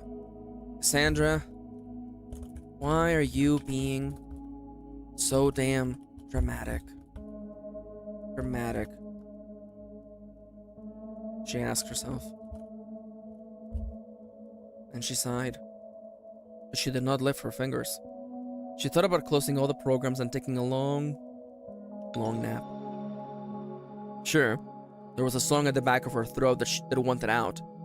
But since when was the song more important than her? More important than her feelings? Never want to linger long on these crimson emotions. Casey was about to press the last key, shutting her computer down, when there came a knock at her door. Who is it? She asked, half startled that someone would interrupt her. Can I come in? I couldn't hear you working, so I thought you were up for a break. It was Nana, that little ray of sunshine. She opened the door without waiting for a reply and peeked her head of blue hair in. She was holding a plate of food, cucumber sandwiches and the like. No, cucumber sandwiches, as well as a cup of something warm to drink. Now, something cool to drink, something cool. Care for some food? I love that. Oh, Nana, you're such a mess, Nana. Yo, Charlie says I'm back and shorn like a sheep? Charlie, who shorned you? Oh, Kendra says that Winnie put you in the ship flipper? Sheep flipper, excuse me. The ship flipper? Did Winnie put you in the ship flipper? ship flipper. If you could change your fate, would you? I'm sorry. I'm gonna stop with the Scottish accent. Wolfie's not here. Wolfie, I'm sorry. Wolfie, if you're watching this on the VOD, I'm sorry, okay? I'm sorry, Timber.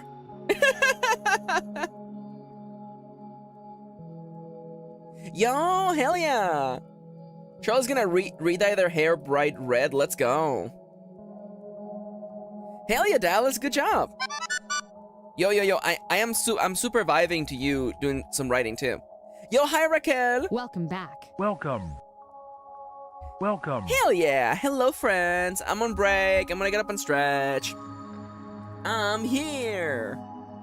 Fear not, because Kitty is here. Ha ha ha ha. How you doing, Kitty? I love you, baby. Remember, you're the best.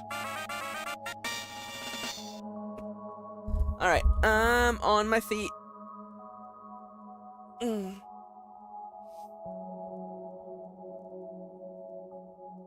Not great? Oh, I'm sorry to hear that, baby.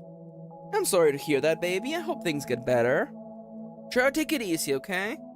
And don't forget to hydrate and take care of yourself, okay? Just because, you know, you may not be having the best day of all time, that doesn't mean you can't take little steps towards making it better.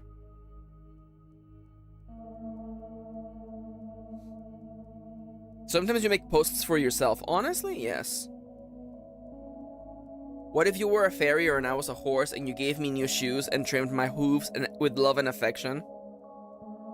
Kendra's like, who caused it, kitty? Kendra's like, I'm a healer, but cuck's gun. Okay, I'm stretching now. Keep posing to assert my dominance. And now, I'm gonna bend down and stretch. Wow. So typical of bosses to be such a threat.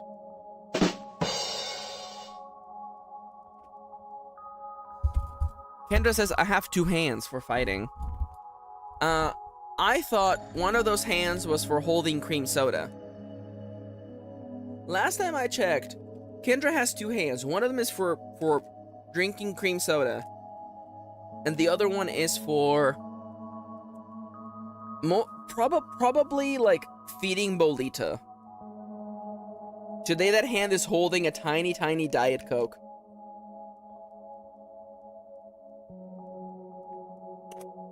I'm sorry, y'all. I didn't mean to say cream soda.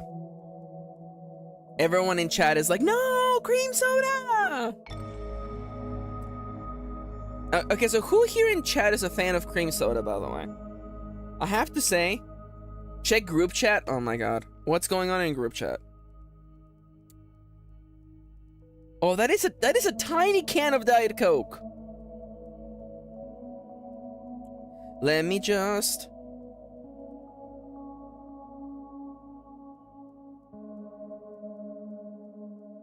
Okay, I want to just send just a little message. No idea? Seiko, have you never had cream soda? I have to say that, like, I don't really have strong feelings towards cream soda. Like, I like root beer. Root beer. Yo, root beer float, by the way. Root beer floats are absolutely goated. Yo, I like the sound, but if I do it twice back to back, it sounds so bad. Also, hi Elijah. Welcome back. Welcome. Welcome. How you doing? Kitty says the 2 genders, cream soda and root beer. Oh yeah, I get that for sure. Yeah, I get that for sure, Kendra. Yo, a root beer float though, okay? You know what? I'm sorry. Root beer. Root... Did I really type ROOTBEAR? Root beer float. Trans icon, by the way. I'm sorry. Root beer floats are now trans culture, by the way. I'm sorry. Oh my god. Oh, that looks so good. Oh, you get a little bit of ice cream, you get a little bit of soda. Ah. Sorry. I cream soda float. Okay, yeah, whatever.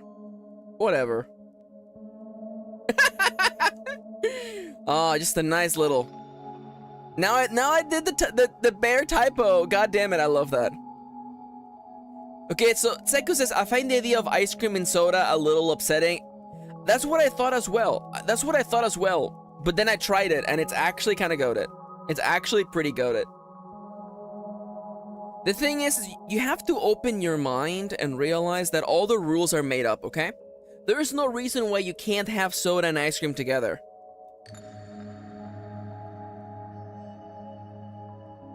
Yo.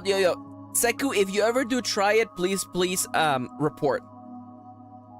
And the best part is you can just make it at home. It's just literally a scoop of vanilla ice cream, in a mug of root beer, and you're done. It does make like magic little ice crystals. It is actually true, by the way. Now I'm supposed to start another cycle, but Nomi is waking up in literally 2 minutes, so I'm gonna like give it a minute for Nomi to like show up and then say hi to them because I love them. Yo! Kendra says, Charles saved my whole ass by recommending me I do a cold brew float. Yo, that sounds delicious, actually. A&W is pretty good root beer. There isn't a lot of like I mean, they're all fine. Like there is some root beer that tastes more like, you know, like medicine than other root beers. I think Bangs is the one that tastes a lot like medicine. Yo, ice cream and coffee, I've never done that. I gotta do that. I gotta have some ice cream and a... Oh my god. I think it's... Oh, Barks is... Yeah, okay. Barks root beer. Yeah, I typed root beer again, by the way. Barks? Is Barks not Bangs? That's an N? Okay, root beer sodas. What is there is one oh, it's mug. It's mug. This is okay, I'm sorry. Okay. Anyone who drinks mug, I'm sorry. This tastes like medicine, by the way. I want to say oh, no, I'm sorry, Charlie. I think mug tastes like medicine. I'm sorry. Excuse me? I'm sorry. Max, you've never had the best root beer, and I hurt for you. Barks is the one that tastes like medicine. You know what? Actually, you know what? What is Portillo's? I'm gonna look up root beer. Portillo's.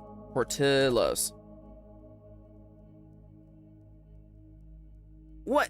Dude, I'm not gonna go to a restaurant just for one freaking, like, root beer? Although this does look not... Wait, it's Portillo's hot dogs. This is not even that. Sorry. Dude, I'm not gonna go to a restaurant in the Midwest to freaking, like, have root beer. To my German palate, I ask, all root beer tastes like medicine. This is fair, actually. Getting down to the root beer. I love that Chips stop lurking just to drop that, like, Chips. This is what happened, okay? We're in the lunchroom talking about root beer.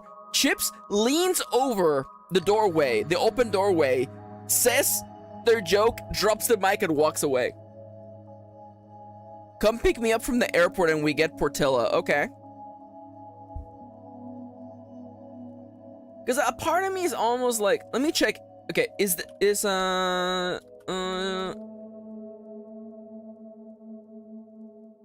like honestly, like, okay, is this brand, like, is it local? Because if it's local, I can't literally tell you about it. How many locations of this place are there? Oh, dude, there's like 5. I can't talk about this. This is actually a local chain. I can't talk about it. Anyways. Do we have a Chips command? We now have a Chips command. Oh my god. Dallas says, I would seriously consider going to Gen Con if they have Taco John's that far east. What the hell is Taco John? Taco Jose? Taco John's. See what real value tastes like. Everything we do is bigger, bolder, and better. Start your day with us. Have Taco John's for breakfast. Okay, okay, I'm sorry. Sorry. I went to the Taco John's official website. Look at this image of something that has never happened, by the way. Look at this image of people working at Taco John's. Sorry. Look at this picture of cool, marketable teenagers working at Taco John's. A thing that has never happened. Look at them hanging out together. Outside of their place of work. What? Are they on the clock? Are they hanging out before work? In their work uniform? Outside in the blistering sun? They are like an exclusively Midwestern fake Mexican place. They have cheesy potatoes now. Now, I do love me cheesy potatoes.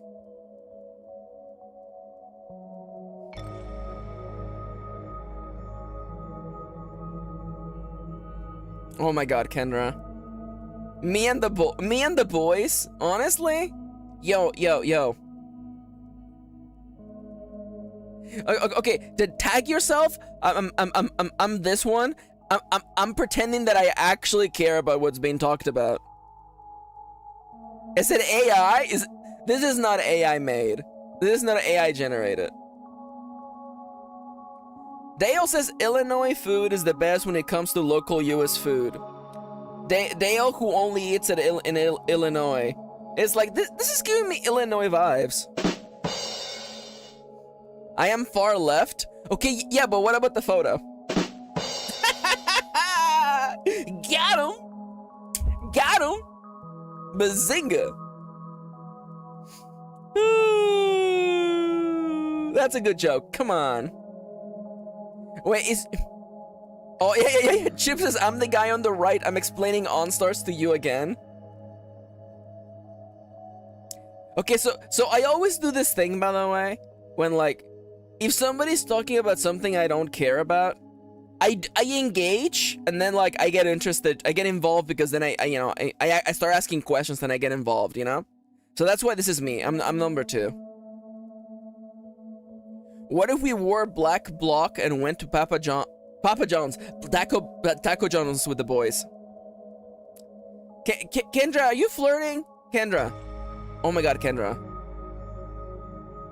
Yeah. The grimace on the third person, yeah. You know, it's like, hey, you know, so isn't it nice to work for a giant corporation? Isn't it great to, you know, isn't it great that, you know, if all 4 of us quit right now, they would have to shut down the store? And tip the cashiers in cash so their manager doesn't take it. I hate that. I hate that. I absolutely hate that. That being said, though, damn it, I'm making myself hungry. Okay, so I have a question, by the way. I have a question. Oh, I'm making myself hungry, but I need to know, okay? So, I think we all can agree. Why do you hate that? I don't know. No. Okay. So, I hate that managers can do that. I hate that that happens. I hate that you have to give cashiers their tips in cash because otherwise the managers take it. That's what I hate. I hate that that happens. Now, I'm not capitalist. I'm very much anti-capitalist. So, speaking of things, chips. Can we agree that fries in funnier shapes taste better? Because the wavy cut fries are just objectively better. Oh my god. Okay, could someone just quote Kendra, please? Kendra says, evil Maxi, I love capitalism and believe in ghosts. Curly are also good. What about waffle fries, though, okay? I want waffle fries. Guys. But what about waffle fries, okay? What about waffle fries? I feel waffle fries might have the most fun shape. Curly fries don't do it for me? My fry opinion, says Charlie, as long as you eat with the ketchup and a ton of black pepper, all fries are so good. Okay. Now, Chip said earlier, what are you getting at Taco John's? A taco or a John? Those have a cheese sauce mined straight from the cheesy waterfalls of the Garden of Eden. I love you, Kendra. I love Kendra is so unhinged today. I love you. Could someone please also, you know what? Don't worry, I'm gonna add the quote about the cheesy Garden of Eden, okay?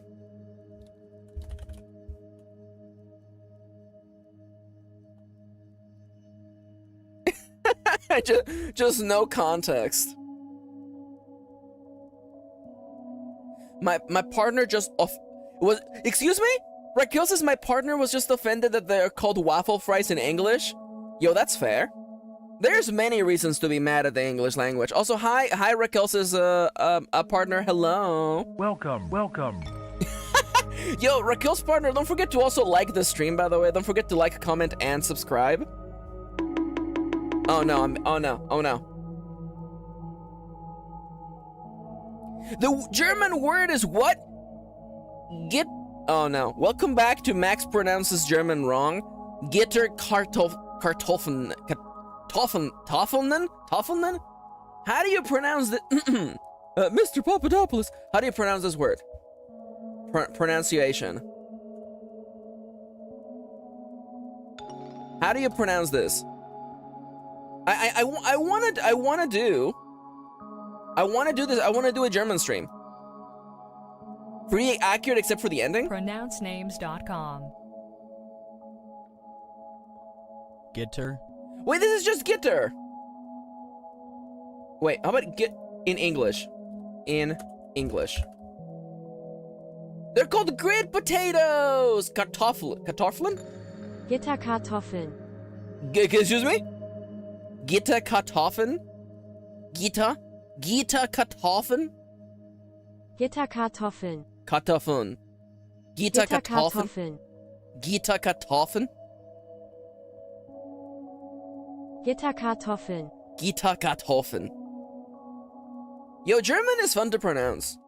Honestly, okay. So I'm gonna ask a question to the German speakers because I know that I stream during prime time in Germany. So I have a question. Is German phonetically consistent? Like, what I'm saying is that, like, you know, like, is German like English, where like every word is pronounced differently? It is very consistent, because that's, it's the reason why I like Japanese, is because Japanese is internally consistent. Every time that ka shows up, it's pronounced ka. You know, it's not like, oh, actually in this one's instance we pronounce ka, you know, sawato instead. Okay, yeah. And now someone's gonna be like, Max, what about ha being pronounced wa? Actually, yeah, it's like one of like 2 exceptions in Japanese. Yo, oh my god, I'm so happy. Okay, that actually makes me want to learn German then, because again, like the inconsistency in English just completely destroys me.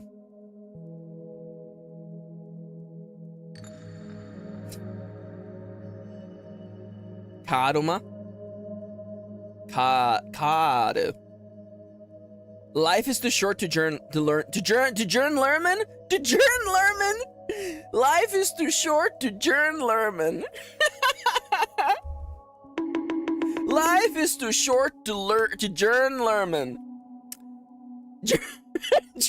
Yo, Neo OC just dropped.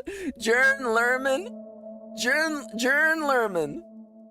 Everybody, please. Everybody, this is my Neo OC. Lerman. Oh, hi, Danielle. Hello. Welcome. Oh my god. LOL. Yep, you're tired. Hey.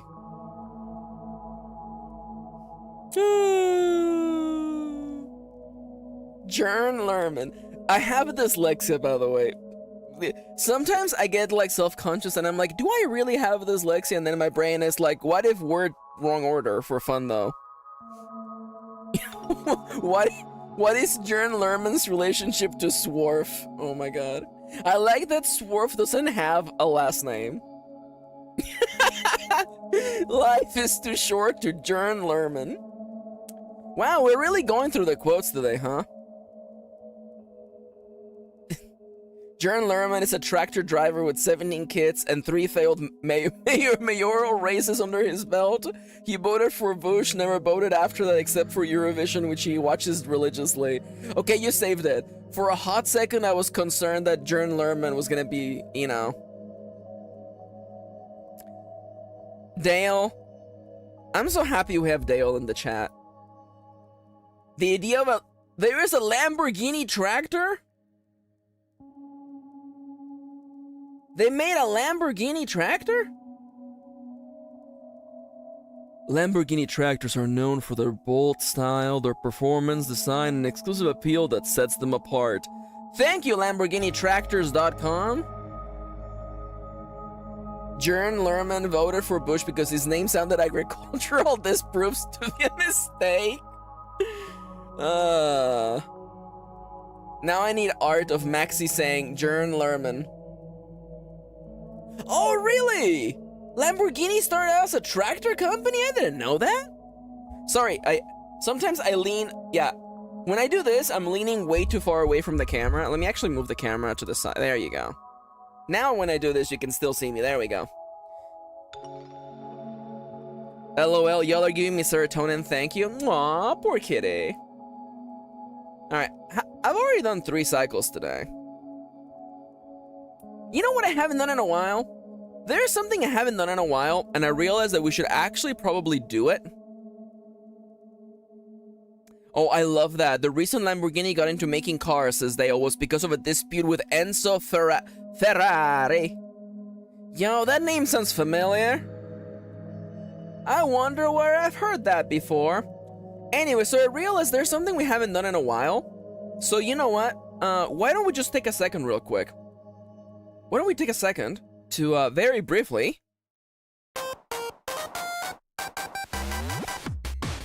Ad time! Welcome to the ad block! You know, I don't have real ads on this video, and I don't have sponsors. Instead, you can support me directly. For instance, you can support me on Ko-fi with ko-fi.com/amkirin. Top left, by the way. Donations are read out loud on stream and go directly to the store supporting me. The current donation goal is setting up my sticker shop. Now, if you want to get a little extra with your support, if you become a YouTube member for $3 arenas a month, you get a badge next to your name and a bunch of emotes that members are going to showcase on the screen right now. Now, I also make books and games. Why not download them, check them out, and play them and then give me some money? I don't know. All of my games are free to download. Give them a try. Download them and help me stay on the top rankings of itch.io.com. Anyways, and of course, you don't gotta spend money to support me. Don't forget to like this stream and subscribe, and share the stream with your friends. This is one surefire way to support me. Thank you for coming to the ad read. Thank you for putting up with this, and we're getting back to the show right about now. Whoop. There we go. Yo, I love getting that ad read right under, like, 50 seconds. That was nice. That was nice. Also, hi, Victor! Welcome back. Welcome. Welcome. We did it! We did the ad read.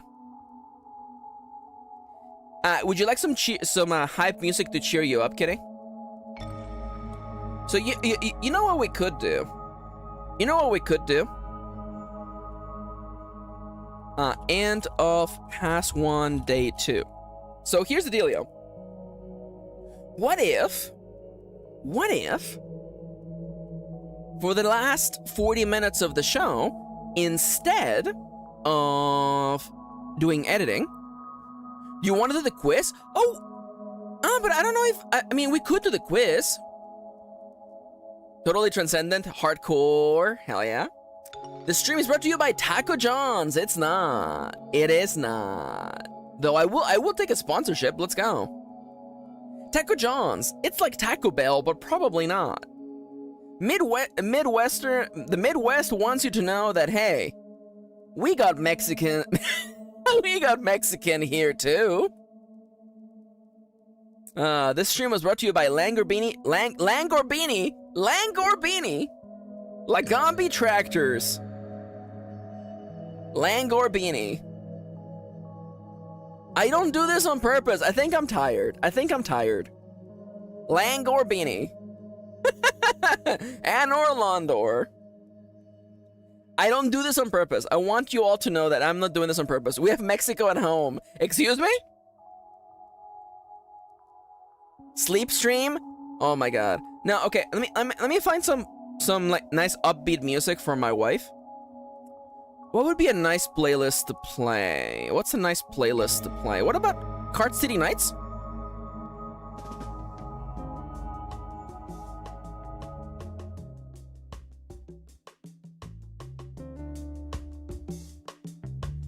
Let's do some Cart City Nights for a moment, okay?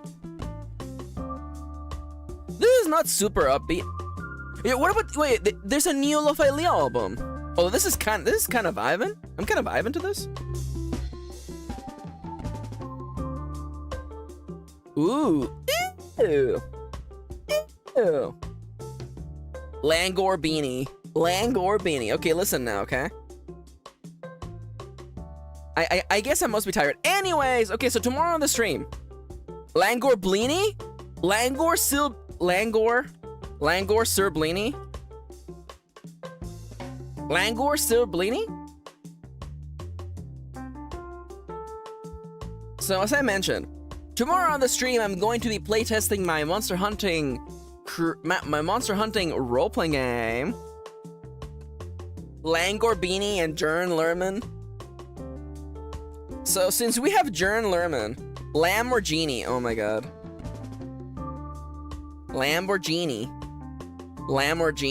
God, I'm being destroyed, and honestly, I don't know what to say. I am being obliterated. That one was on purpose, by the way. Anyway, so here's what I'm thinking. We have 40 minutes left. Everyone is enjoying the nonsense. What if we create the character and also our character's handler today? So tomorrow on the stream, we just jump into combat and story. How about that, huh? How does that sound? Who wants to help me make our hunter? Who would like to join me in the creation of MHTTRPG character and handler?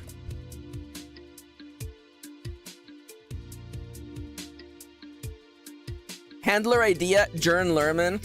I knew someone was gonna say add Jern Lerman, and I mean like it was only a matter of time. Okay, you know what? I've had it with this song already. Oh, you know what? There's a new Lo-Fi album. Let's listen to that. Let's go with this for now. All right, so I am creating a new hunter. We will also be making a P crew, by the way.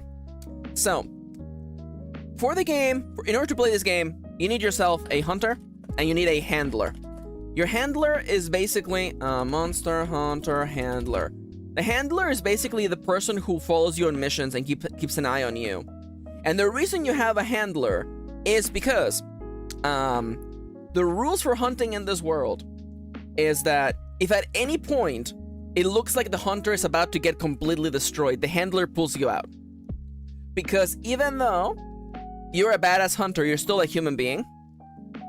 And also, it is much better to pull out a hunter before they get killed and you lose that hunter and all those years of experience than not. Bishonen with far too small glasses and a pensive look, oh my god. Yo, Charlie, let's go Pog. Oh my god, yes. Alright, so in case anybody's wondering, this is what the handler looks like in Monster Hunter World, by the way. I love this doodle of her. This is the official art book, isn't it? Oh my god. I love this doodle of her. She's just so happy. Oh my god. Let me tell you, the Monster Hunter fans did not like her at all. So I like the handler. I thought she was really good.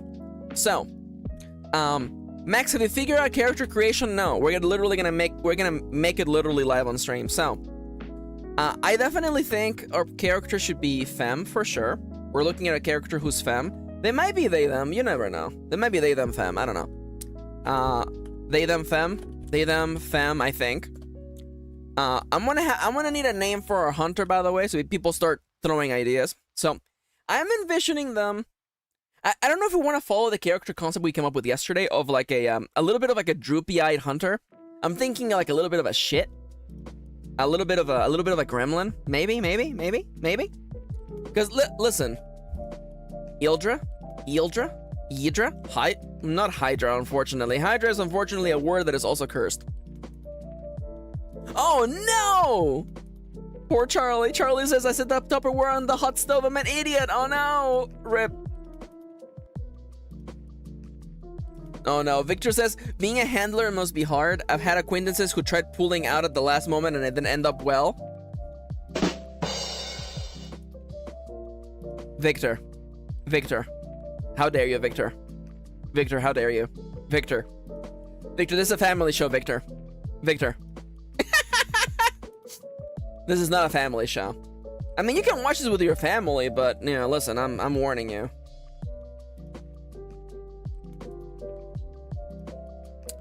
All right, let me find you know what? I'm gonna go to our Discord. Where's the P crews? P crew makers. Well, this is a kid joke after all. Damn it! Absolutely unhinged. So incredibly powerful. I don't like any. I want like ooh. What about this one? What about this one? Let's mess with this big crew for a minute. This is the one that Kendra posted for oh my god. What is the name of Kendra's OC? What is the name of Kendra's OC? I'm forgetting. Song Ming? Is it Song Ming? I forget. Kendra's gonna yell at me in a second. It's fine. So, I am thinking, let's go with like this jawline. Now, skin tone, can I please have like a nice, actually like practical dark? You know what? This is good. This is good. Can I make you bald for a minute? No. Can I remove you? I want to be able to see your face for a second. There we go. I would like your best droopy eyes, please. I would like your finest. Oh, those are pretty fine droopy eyes. Song Min, yeah. Because it's his nose. Yes. Oh, look at those eyes. Okay, can someone please just shout eye color ideas while I keep moving on with the other things? So this character's a little bit of a shit. They're relatively young. They're a brand new hunter. I'm picturing them relatively new. They're new at this job. Green eyes. Pitch black. Can I make you bald for a minute? God damn it, Chips. Can I make you bald for a minute? Me as a barber? God damn it. I'm being destroyed. Left and right, I'm being destroyed. I'm gonna leave them on red for now, but if the character looks plain, we'll do red eyes. How about that? Now, the color options here are not very good. I'm not gonna lie. These are not very good color options. These are not very good. New pick cup like, excuse me? New pickup line! Oh my god. For a hot second, I'm like, what the hell's a pick cup? Dale, your fortune for today is obligatory. Well, I prefer gay razors. Chips, your fortune for today is walks up to a straight couple. So which of you is the beautiful woman and which is the Genshin fan? Damn. Oh, yo, that's a quote about Seku's OC. I am not vibing with this at all, by the way. I'm not vibing at the moment. I am not vibing. I'm messing with colors right now. Don't worry about the colors, okay? Fluffy hair. This is very mask for me. Like, I'm not digging it. I'm not digging it. Green eye color. Maybe we'll get there.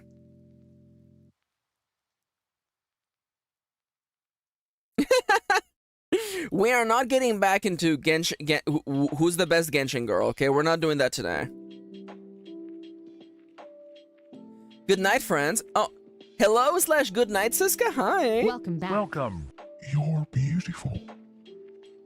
Okay, yeah, this maker is not working. This maker is absolutely not doing it for me. This maker is not doing it for me at all. I'm looking for some more pickrus. No, this is also doesn't do it for me. That one is kind of cute, but no. No. No.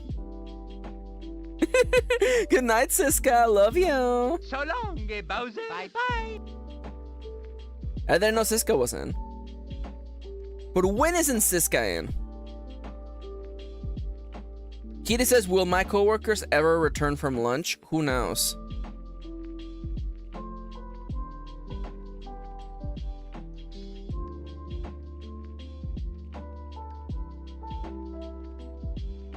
I'm having a bad time trying to figure out this character, guys. How about I just... Where Num Nums? I don't know where Num Nums is. I bet Num Nums slept through their alarm. Just you watch, Num Nums is gonna come in and be like, oh my god, I overslept. I'm late for the stream. I'm thinking a hunter. They, them, femme. I'm thinking... Let's see, you know what? Long hair. Long hair. Probably a dark tone. Dark hair. They are new to hunting. And they hide how unsure they are about themselves.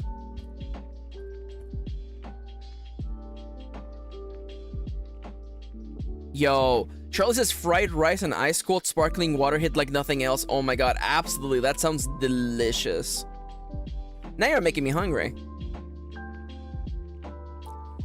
They are new to hunting and they hide how unsure they are about themselves through a mask of being a goof / aloof.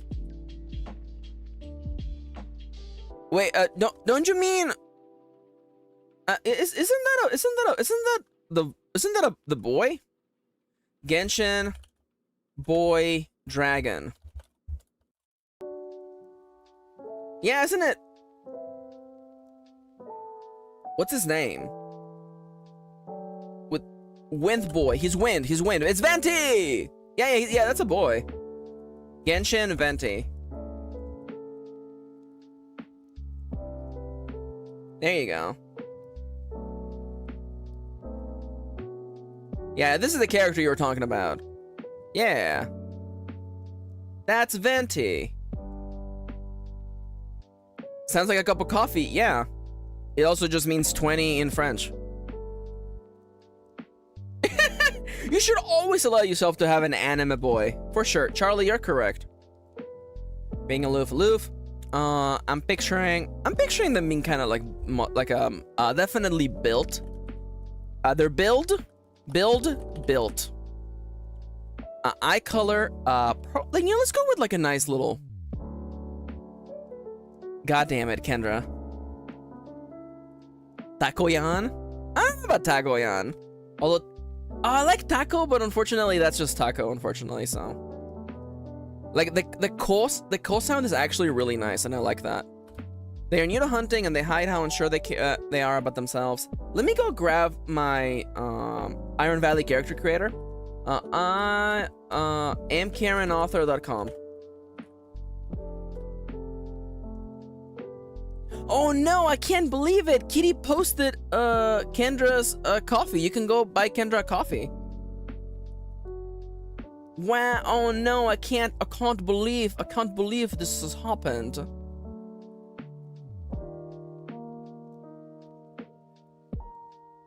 All right, let's see. So I'm gonna, okay, I just rolled a random character. Robin, Aldebaran, Sugar. Young adult sounds good. Pronouns they them, that's great. Gender presentation, that's androgynous, that's great. Our character likes jigsaw puzzles. I think our character liking puzzles makes sense to me. Their favorite gifts are gems and furniture. Yo, buy me a bunch of chairs, by the way. Unruly and agile. I kind of like them being unruly and agile. Yeah. A little bit of a wild child. Their charm points are boots and a large bag or backpack. You know what? I can rock with this. You know what? I can rock with this. All right, so. Young adult. Yo, Kendra's gonna do some Halloween themed crochet. Wait, some Koroks. Ooh, I like that. Oh, I'm picturing like the big like fall leaves and maybe like some nice jack-o'-lantern faces. Hell yeah, I love it. Young adult. They them. Femme. Built. Long hair. Dark. Ruby eyes. There we go. Oh my, yeah. Kendra says exactly. Fall leaves, Jacko face. Don't say Jacko. Jacko? Me who's only played Guilty Gear. Yo, Jacko? Yo, this has like Jacko vibes. Yo. Can I get a picture of Jacko that's not absolutely sexual, please? Can I have one picture of Jacko Valentine that is not incredibly sexual? There we go. Her name is Jacko. She wears a mask that makes her look like a jack-o'-lantern. Why is the gear guilty? Oh, you don't... The gears did some fucked up stuff, Kendra. Let me tell you. Jacko is also... So... I'm gonna show you the image just so people have context. But Jacko is also known. Everyone knows Jacko because Jacko has a pose. In the following is not safe for work, by the way. Cover your children's eyes. There's no nudity, it's just inherently, you know. Yo, Victor's playing Guilty Gear, let's go. Anyway, Jacko has a pose that people know as the Jacko pose. It looks like this. Certainly, I don't have to say anything about this pose. Certainly, I don't have to explain anything about this pose that Jacko is doing. But that's Jacko. Also, Jacko's pose. Anyway, it's really fun to draw. Chips, what are you talking about? Chips, what are you talking about? Also, why don't you, what, you could, you know my Discord, friend.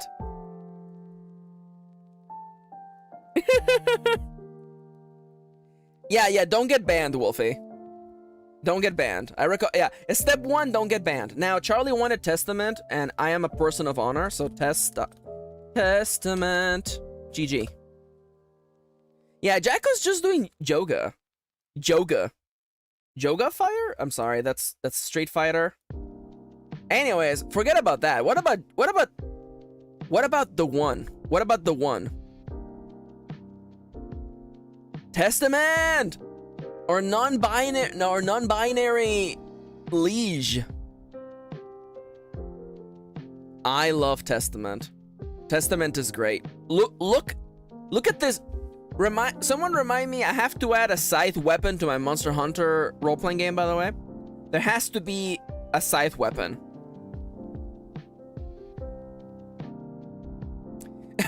Charlie. All right, remember, y'all, don't get banned in chat. Don't be too horny in chat. We don't appreciate the horniness in chat. Don't get banned in chat. Side weapon, tea kettle. Oh yeah. You know, okay. The thing is, since I'm the one making the Monster Hunter RPG, I can make whatever weapons I want. Kendra, do you want me to make a kettle? You want to fight using a kettle? It's a giant kettle. You want to fight using a giant kettle? Is that what it is? Kettle as a weapon. Why am I Googling this, by the way? Yo! I'm sorry. FF14 has come in the clutch, by the way. Apparently, there is, in fact, a kettle weapon in FF14. Kendra, would you like me to make dual kettles a weapon?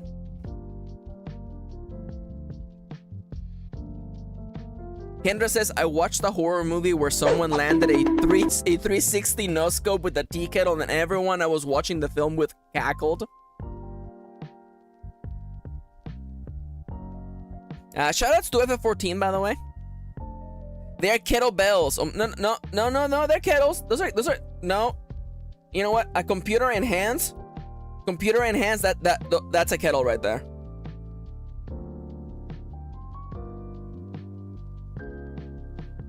Computer in hands.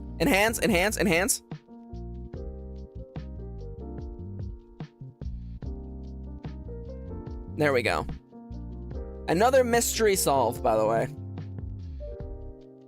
Shining kettle hot monk weapon.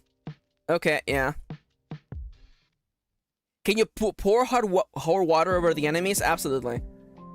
This weapon always does water damage. Yo, there's a kettle emoji. Thank you, Dallas. It's probably not gonna show on the screen because it's probably new. But nonetheless, I appreciate it. Alright. Ruby eyes. Young adult. They have a knack for puzzles. Yo, Kendra says they were fighting with knives and someone just bonked them with a kettle and we were like, that's creative. I'm okay with that. They have a knack for puzzles. Oh my god. Puzzles. We won the yarn chicken. Yeah, let's go. What the hell is the yarn chicken? You oh.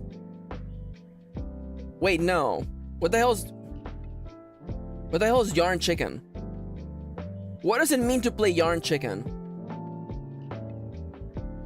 Yarn chicken is when you allegedly, according to the internet, yarn chicken is when the design you're knitting calls for a certain amount of yarn and you're just not sure if you have enough. For a hot second, I thought it was an award or something. It's definitely an achievement, so here you go, Kendra. Achievement get! Yarn chicken! My chicken brings all the boys to the yarn. Thank you, Irina. I thought it was a chicken made out of yarn. I mean, like, honestly, they have a knack for puzzles. Yeah, Charlie says, I thought you, like, won an auction for a crochet contraption I didn't know about. That's what I thought as well. I have a chicken design for anyone's chicken needs. Oh, really? And where could people go if they wanted to commission Kendra to make a yarn chicken? Oh, wow! I can't believe this happened! Did you know that Kendra, did you know you can commission Kendra to make you a chicken made out of yarn? I have dodged the kettle. I have not dodged the kettle. The kettle hit me. I have taken damage. Do I have dice roller on here? I don't have a dice roller on here. Yo, I love that, Charlie. They have a knack for puzzles and love gemstones, as well as comfortable furniture. Heals you with my mind. Kendra, since when are you playing healer, Kendra? We all know that you're a big tank. We all know.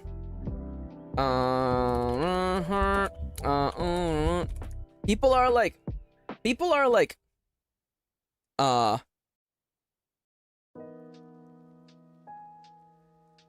People are like, yo, what is the mysterious person inside that suit? And if you remove the helmet, it's actually Kendra. It is your friendly local twink, by the way. Yeah. You open this up and it looks like Milo from Atlantis. That's literally it. That's literally it. Twonk. I mean, like, let's be entirely honest, okay? Listen. Listen, this is the combat suit, okay? Your legs come up to here, okay? Listen. Wow, I can't believe my friend is a Kendra main. I love that. Oh my god. Yo, I'm a Kendra main. I love Kendra. I'm gonna add that as a quote, by the way. That quote is incredible. Kendra, sorry, you're a twink.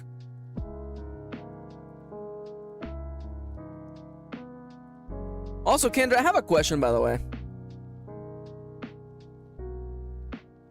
Yo, is this the first? Is this? No, this is not the first Melty quote. I'm like a tank healer switch in like literally every RP context. I love that. Kendra's insisting they're a twonk, like the episode of It's Always Sunny when they're insisting they're bears. Yeah, this is fair. Wow, absolutely called out. Damn. Kendra says, Charlie, don't kill me. I'm already dead. Kendra, you're playing Apex? Since when do you play Apex? I guess since Overwatch died?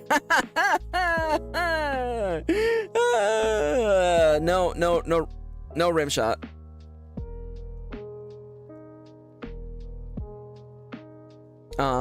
Furniture. Joba says, we used to be a snitch?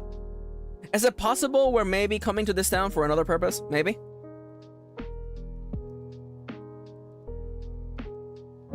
Alice says, if I have to do damage, I'm pissed. Good that I'm a manky this Friday. Hell yeah. Yo. Although everyone is dragging me into Baldur's Gate. Okay, so could someone tell me what the deal with Baldur's Gate is, by the way? Are we doing Iron Valley? No. I'm making the character for tomorrow's role-playing session. It's D&D, but video game. Okay. Hell yeah. Bear? Oh yeah, I heard about the bear. I heard about the bear. Yeah. I also heard about the schlongs. I heard that you can customize you can customize your package. Bear, yeah. I heard that you may or may not be able to you may or may not be able to live out your dreams of Canada's most popular published work of fiction. That is a joke for May. That is a joke exclusively for May. What is the name of the book? What is the name of the book of the Canadian book with the lady and the bear? Is it it's just called Bear? Oh my god. This cover is so bad. I would like to apologize for all of our lovely Canadians. I'm really sorry. The following image is slightly not safe for work, by the way. I'm really sorry. I'm really sorry that your greatest piece of fiction is an erotic novel about a bear and a lady. The shocking erotic novel of a woman in love, a startlingly alive narrative of the forbidden, the unthinkable, the hardly imaginable. Marian Engels, bear. I'm minutes behind, but no worries, May, you're good. Hi, May. Welcome back. Welcome. I knew that would summon May, by the way. It does look like she's getting torn up in half, huh? Is the bear giving her top surgery? Yeah, let me tell you that's, yeah. Does he take insurance? Let me tell you that, that bear is giving her something, alright. I can barely handle it.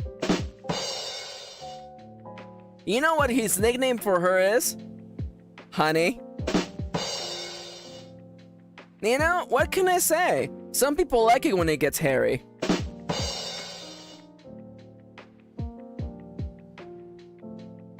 Have I run out of puns? I think I'm out of puns. I was like, is there anything more, Max? Max?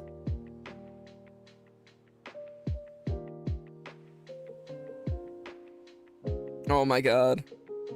She's walking on bare feet. I can't bear these bare puns. May says, all I can say is that's not how you prevent forest fires. Oh, Irina says a bit of Canada Dry humor. How dare you? I'm so sorry. The CBC says, article titled "Why the Classic Canadian Novel Bear Remains Controversial." Yeah, I think it. Yeah, I don't think bear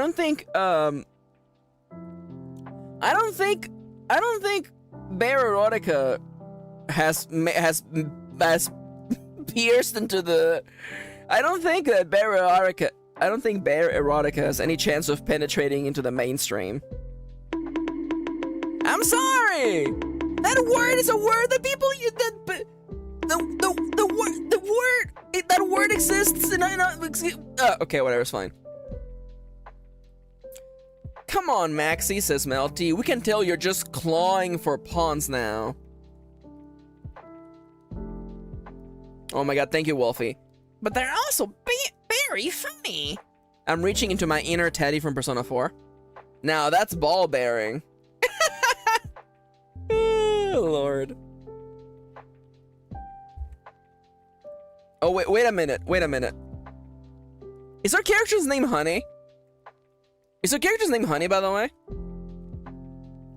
Load-bearing punsters? Oh my god. Oh, that's why I'm filled with rage. Excuse me? Ah, I could take a steady. Honey?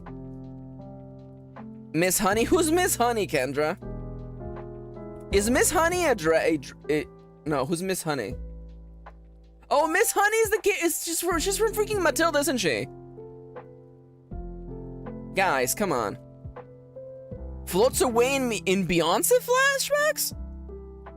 Is Beyonce?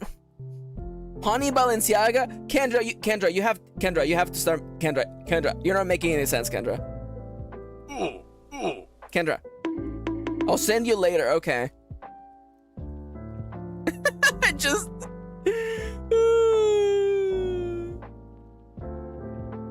God, Dallas, that joke is way too smart for me. Holds Maxi's hand in not listening to Beyonce. Listen. Y'all know that I only listen to music that inspires me. Ronnie says, comes in holding a hamster. I just saw the roundest boy. Pictures. The following is gonna send you back to the year 2008, by the way. Pics or it didn't happen. I'm sorry.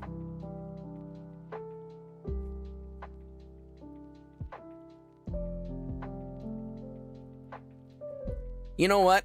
Let's go. Ronnie would never trick me.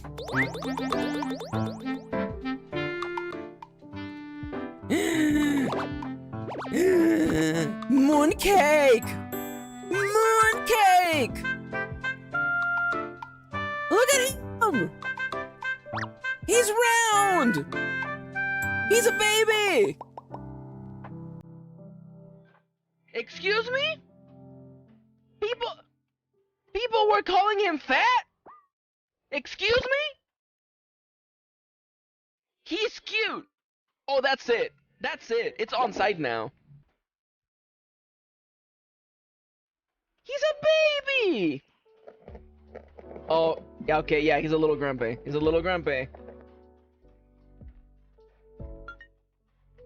doesn't have to lose weight, he's perfect. He's a baby! Oh, I love him!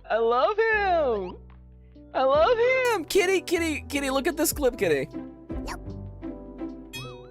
Oh my god. He's so cute!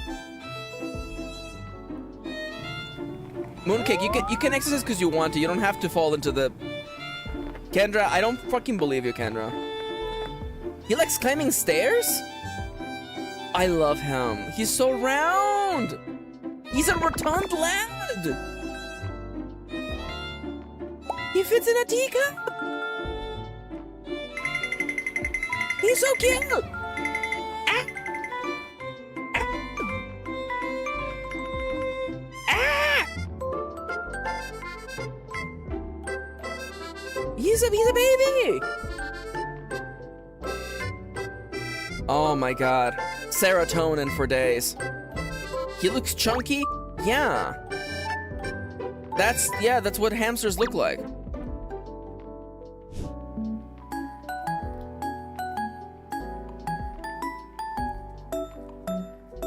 Yeah. That's what he's all fur, by the way. Oh my god. Very good. Very good shape.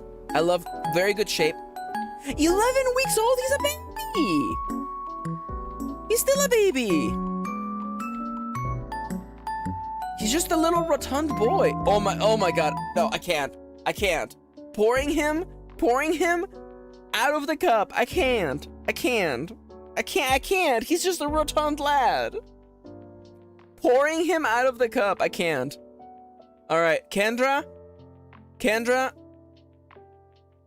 I swear to God, Kendra. This is arguably the biggest cat I've ever done. Welcome back to my cat grooming salon, period. This is Moon Pie and he weighs in a solid 35 to 40 pounds. When this lady called, she told me she had a cat, not 3, but that's okay. But this lady really does have 3 cats. Moon Pie is just the first to the free feeder bowl. I thought it was funny that Moon Pie had an air tag on this collar because come on y'all, this cat ain't going nowhere. He is not gonna miss dinner time. And yes, while Moon Pie wasn't matted, please remember I post these videos to showcase the animals that come through my salon and the services they receive. And while I'm influential, I'm not here to influence you to go out and buy clippers and shave your cat. Now, Moon Pie can just focus on his moon pies. This is arguably the biggest cat I've ever done. Welcome back to my cat. Come on, y'all. This cat ain't going nowhere. He is not gonna miss dinner time. And yes, while Moon Pie wasn't matted, please remember I post these videos to showcase the animals that come through my salon. Oh Lord, he coming. See, this is what I'm saying, that some cats are built different, okay? Some cats are just built different. And I'm like, you may be thinking, oh, that cat is overweight. I'm like, no, that's just a built cat. That cat is big. That's a big cat. That's just a big cat. I love him. Shoutouts to Moon Pie. Mooncake? He looks so soft, he does. He's just a tank. You know? Like, what gets me? Some people out there be like, everyone should look like a DPS. And I'm like, no, man. Some people are tanks. I think Bolita is a unit. I've looked at Bolita. Bolita is stout. The thing you don't understand is that Kendra's cat Bolita looks like it used to pick up fights in dark alleys in New York City, okay? Like, all I'm saying is that if Bolita was hanging out with a bunch of like bikers, you would be like, oh yeah, that makes sense. You give Bolita a little denim jacket, you know? You prop Bolita on top of a Harley Davidson bike, and you're like, oh yeah. All right, Kendra's dropping a new picture of Bolita. Let's go. What happened to the productivity today, Max? Well, oh yeah. Bolita's name means ball, by the way. Now, in what chat did Kendra post it? Time to see. In what chat could it possibly have ended up? Let's go! Let's go! Oh, she big. Oh, she big. Oh, she big. Yeah, she's built. I'm sorry. She's just built different. Oh, high def Bolita. Bolita in 4K. Yo, see here's the thing, okay? So, cats developed this incredibly petable tummy. to lure in potential prey. Because you want to go in there and you want to pet that tummy, but then they get you with the claws, you know? That's a whole bola. What can I say? What can I say except, you know, you're welcome. Cat. Cat.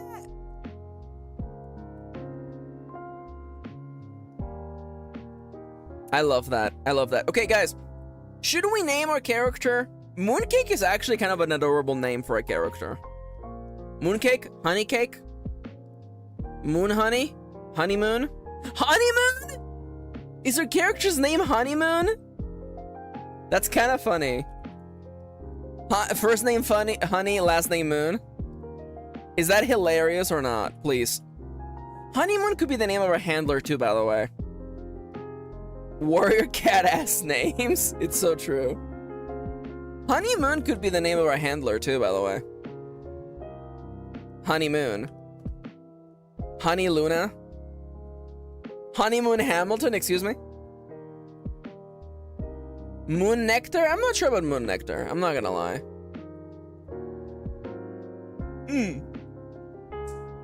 There's something about the double N's that get me. It's already 1:58. I gotta get out of here.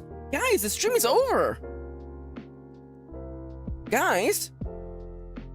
It's over. It's ogre. The stream is over, y'all. What happened today? It's late. I gotta get out of here. Y'all.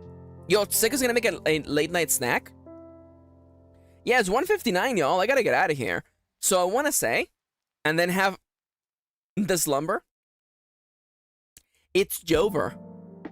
Don't cry cause it's Jover. Smile cause it Bident.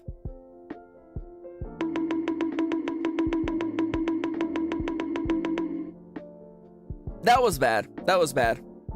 Nomia didn't come. Nomia's probably still asleep. That's bad. Yeah, I'm sorry. I'm sorry. Don't cry cause it's Jover. Smile cause it Bident. I'm sorry. Yes, I said, yeah, Kendra, that was a joke. That was a joke. Thank you. Thank you. I deserve that. I deserve that. Oh, no worries, Daz. Thank you for coming today. We had a little bit of nonsense near the end, but honestly, I'm feeling a little bit tired, a little bit under the weather, and that's fine. Thank you, Dallas. Let's get Joe on stream. Yeah, I'm sure he has nothing else going on. Definitely, it's not like he is like, you know, an important person or anything. So I want to say, yo, isn't there like, wait, hold up. Joe Biden voice generator. Yo, can I get Joe Biden on stream? No, I just want. How do I get Joe Biden's voice? Where's the Joe Biden voice? Where is it? Where do I go? Okay, I'm on this website. I would like to pick Joe Biden. Let's go.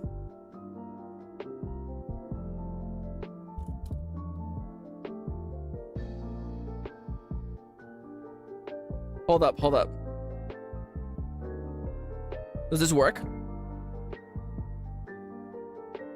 Thank you for watching the stream. I'm gonna work this. Okay, Typecast. Shut the fuck up, Typecast. Anyways. Do you want Joe Biden promotes your video stream? Because I have that. Oh my god, Kendra. Oh my god. Anyways, I'm gonna get out of here. Now, let me take a deep breath for a second. Thank you for joining me today. Thank you for making me a little part of your day. I want to say that these streams are always very fun, and it's always lovely to have such lovely chatters.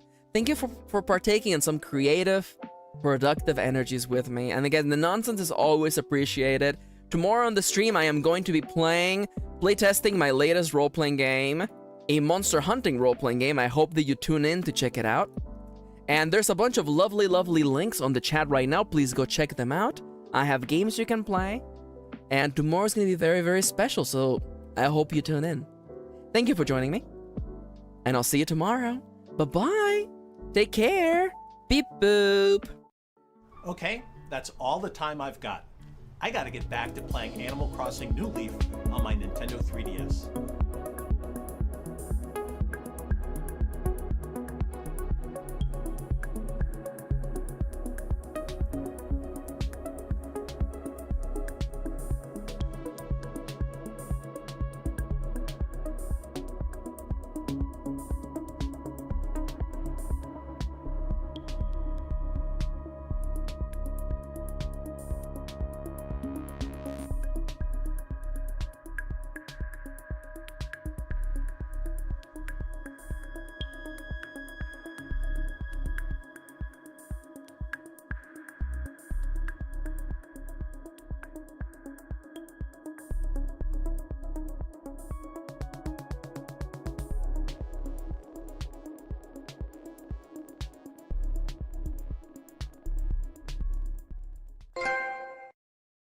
Congratulations! You have unlocked the Pokemon Center ending.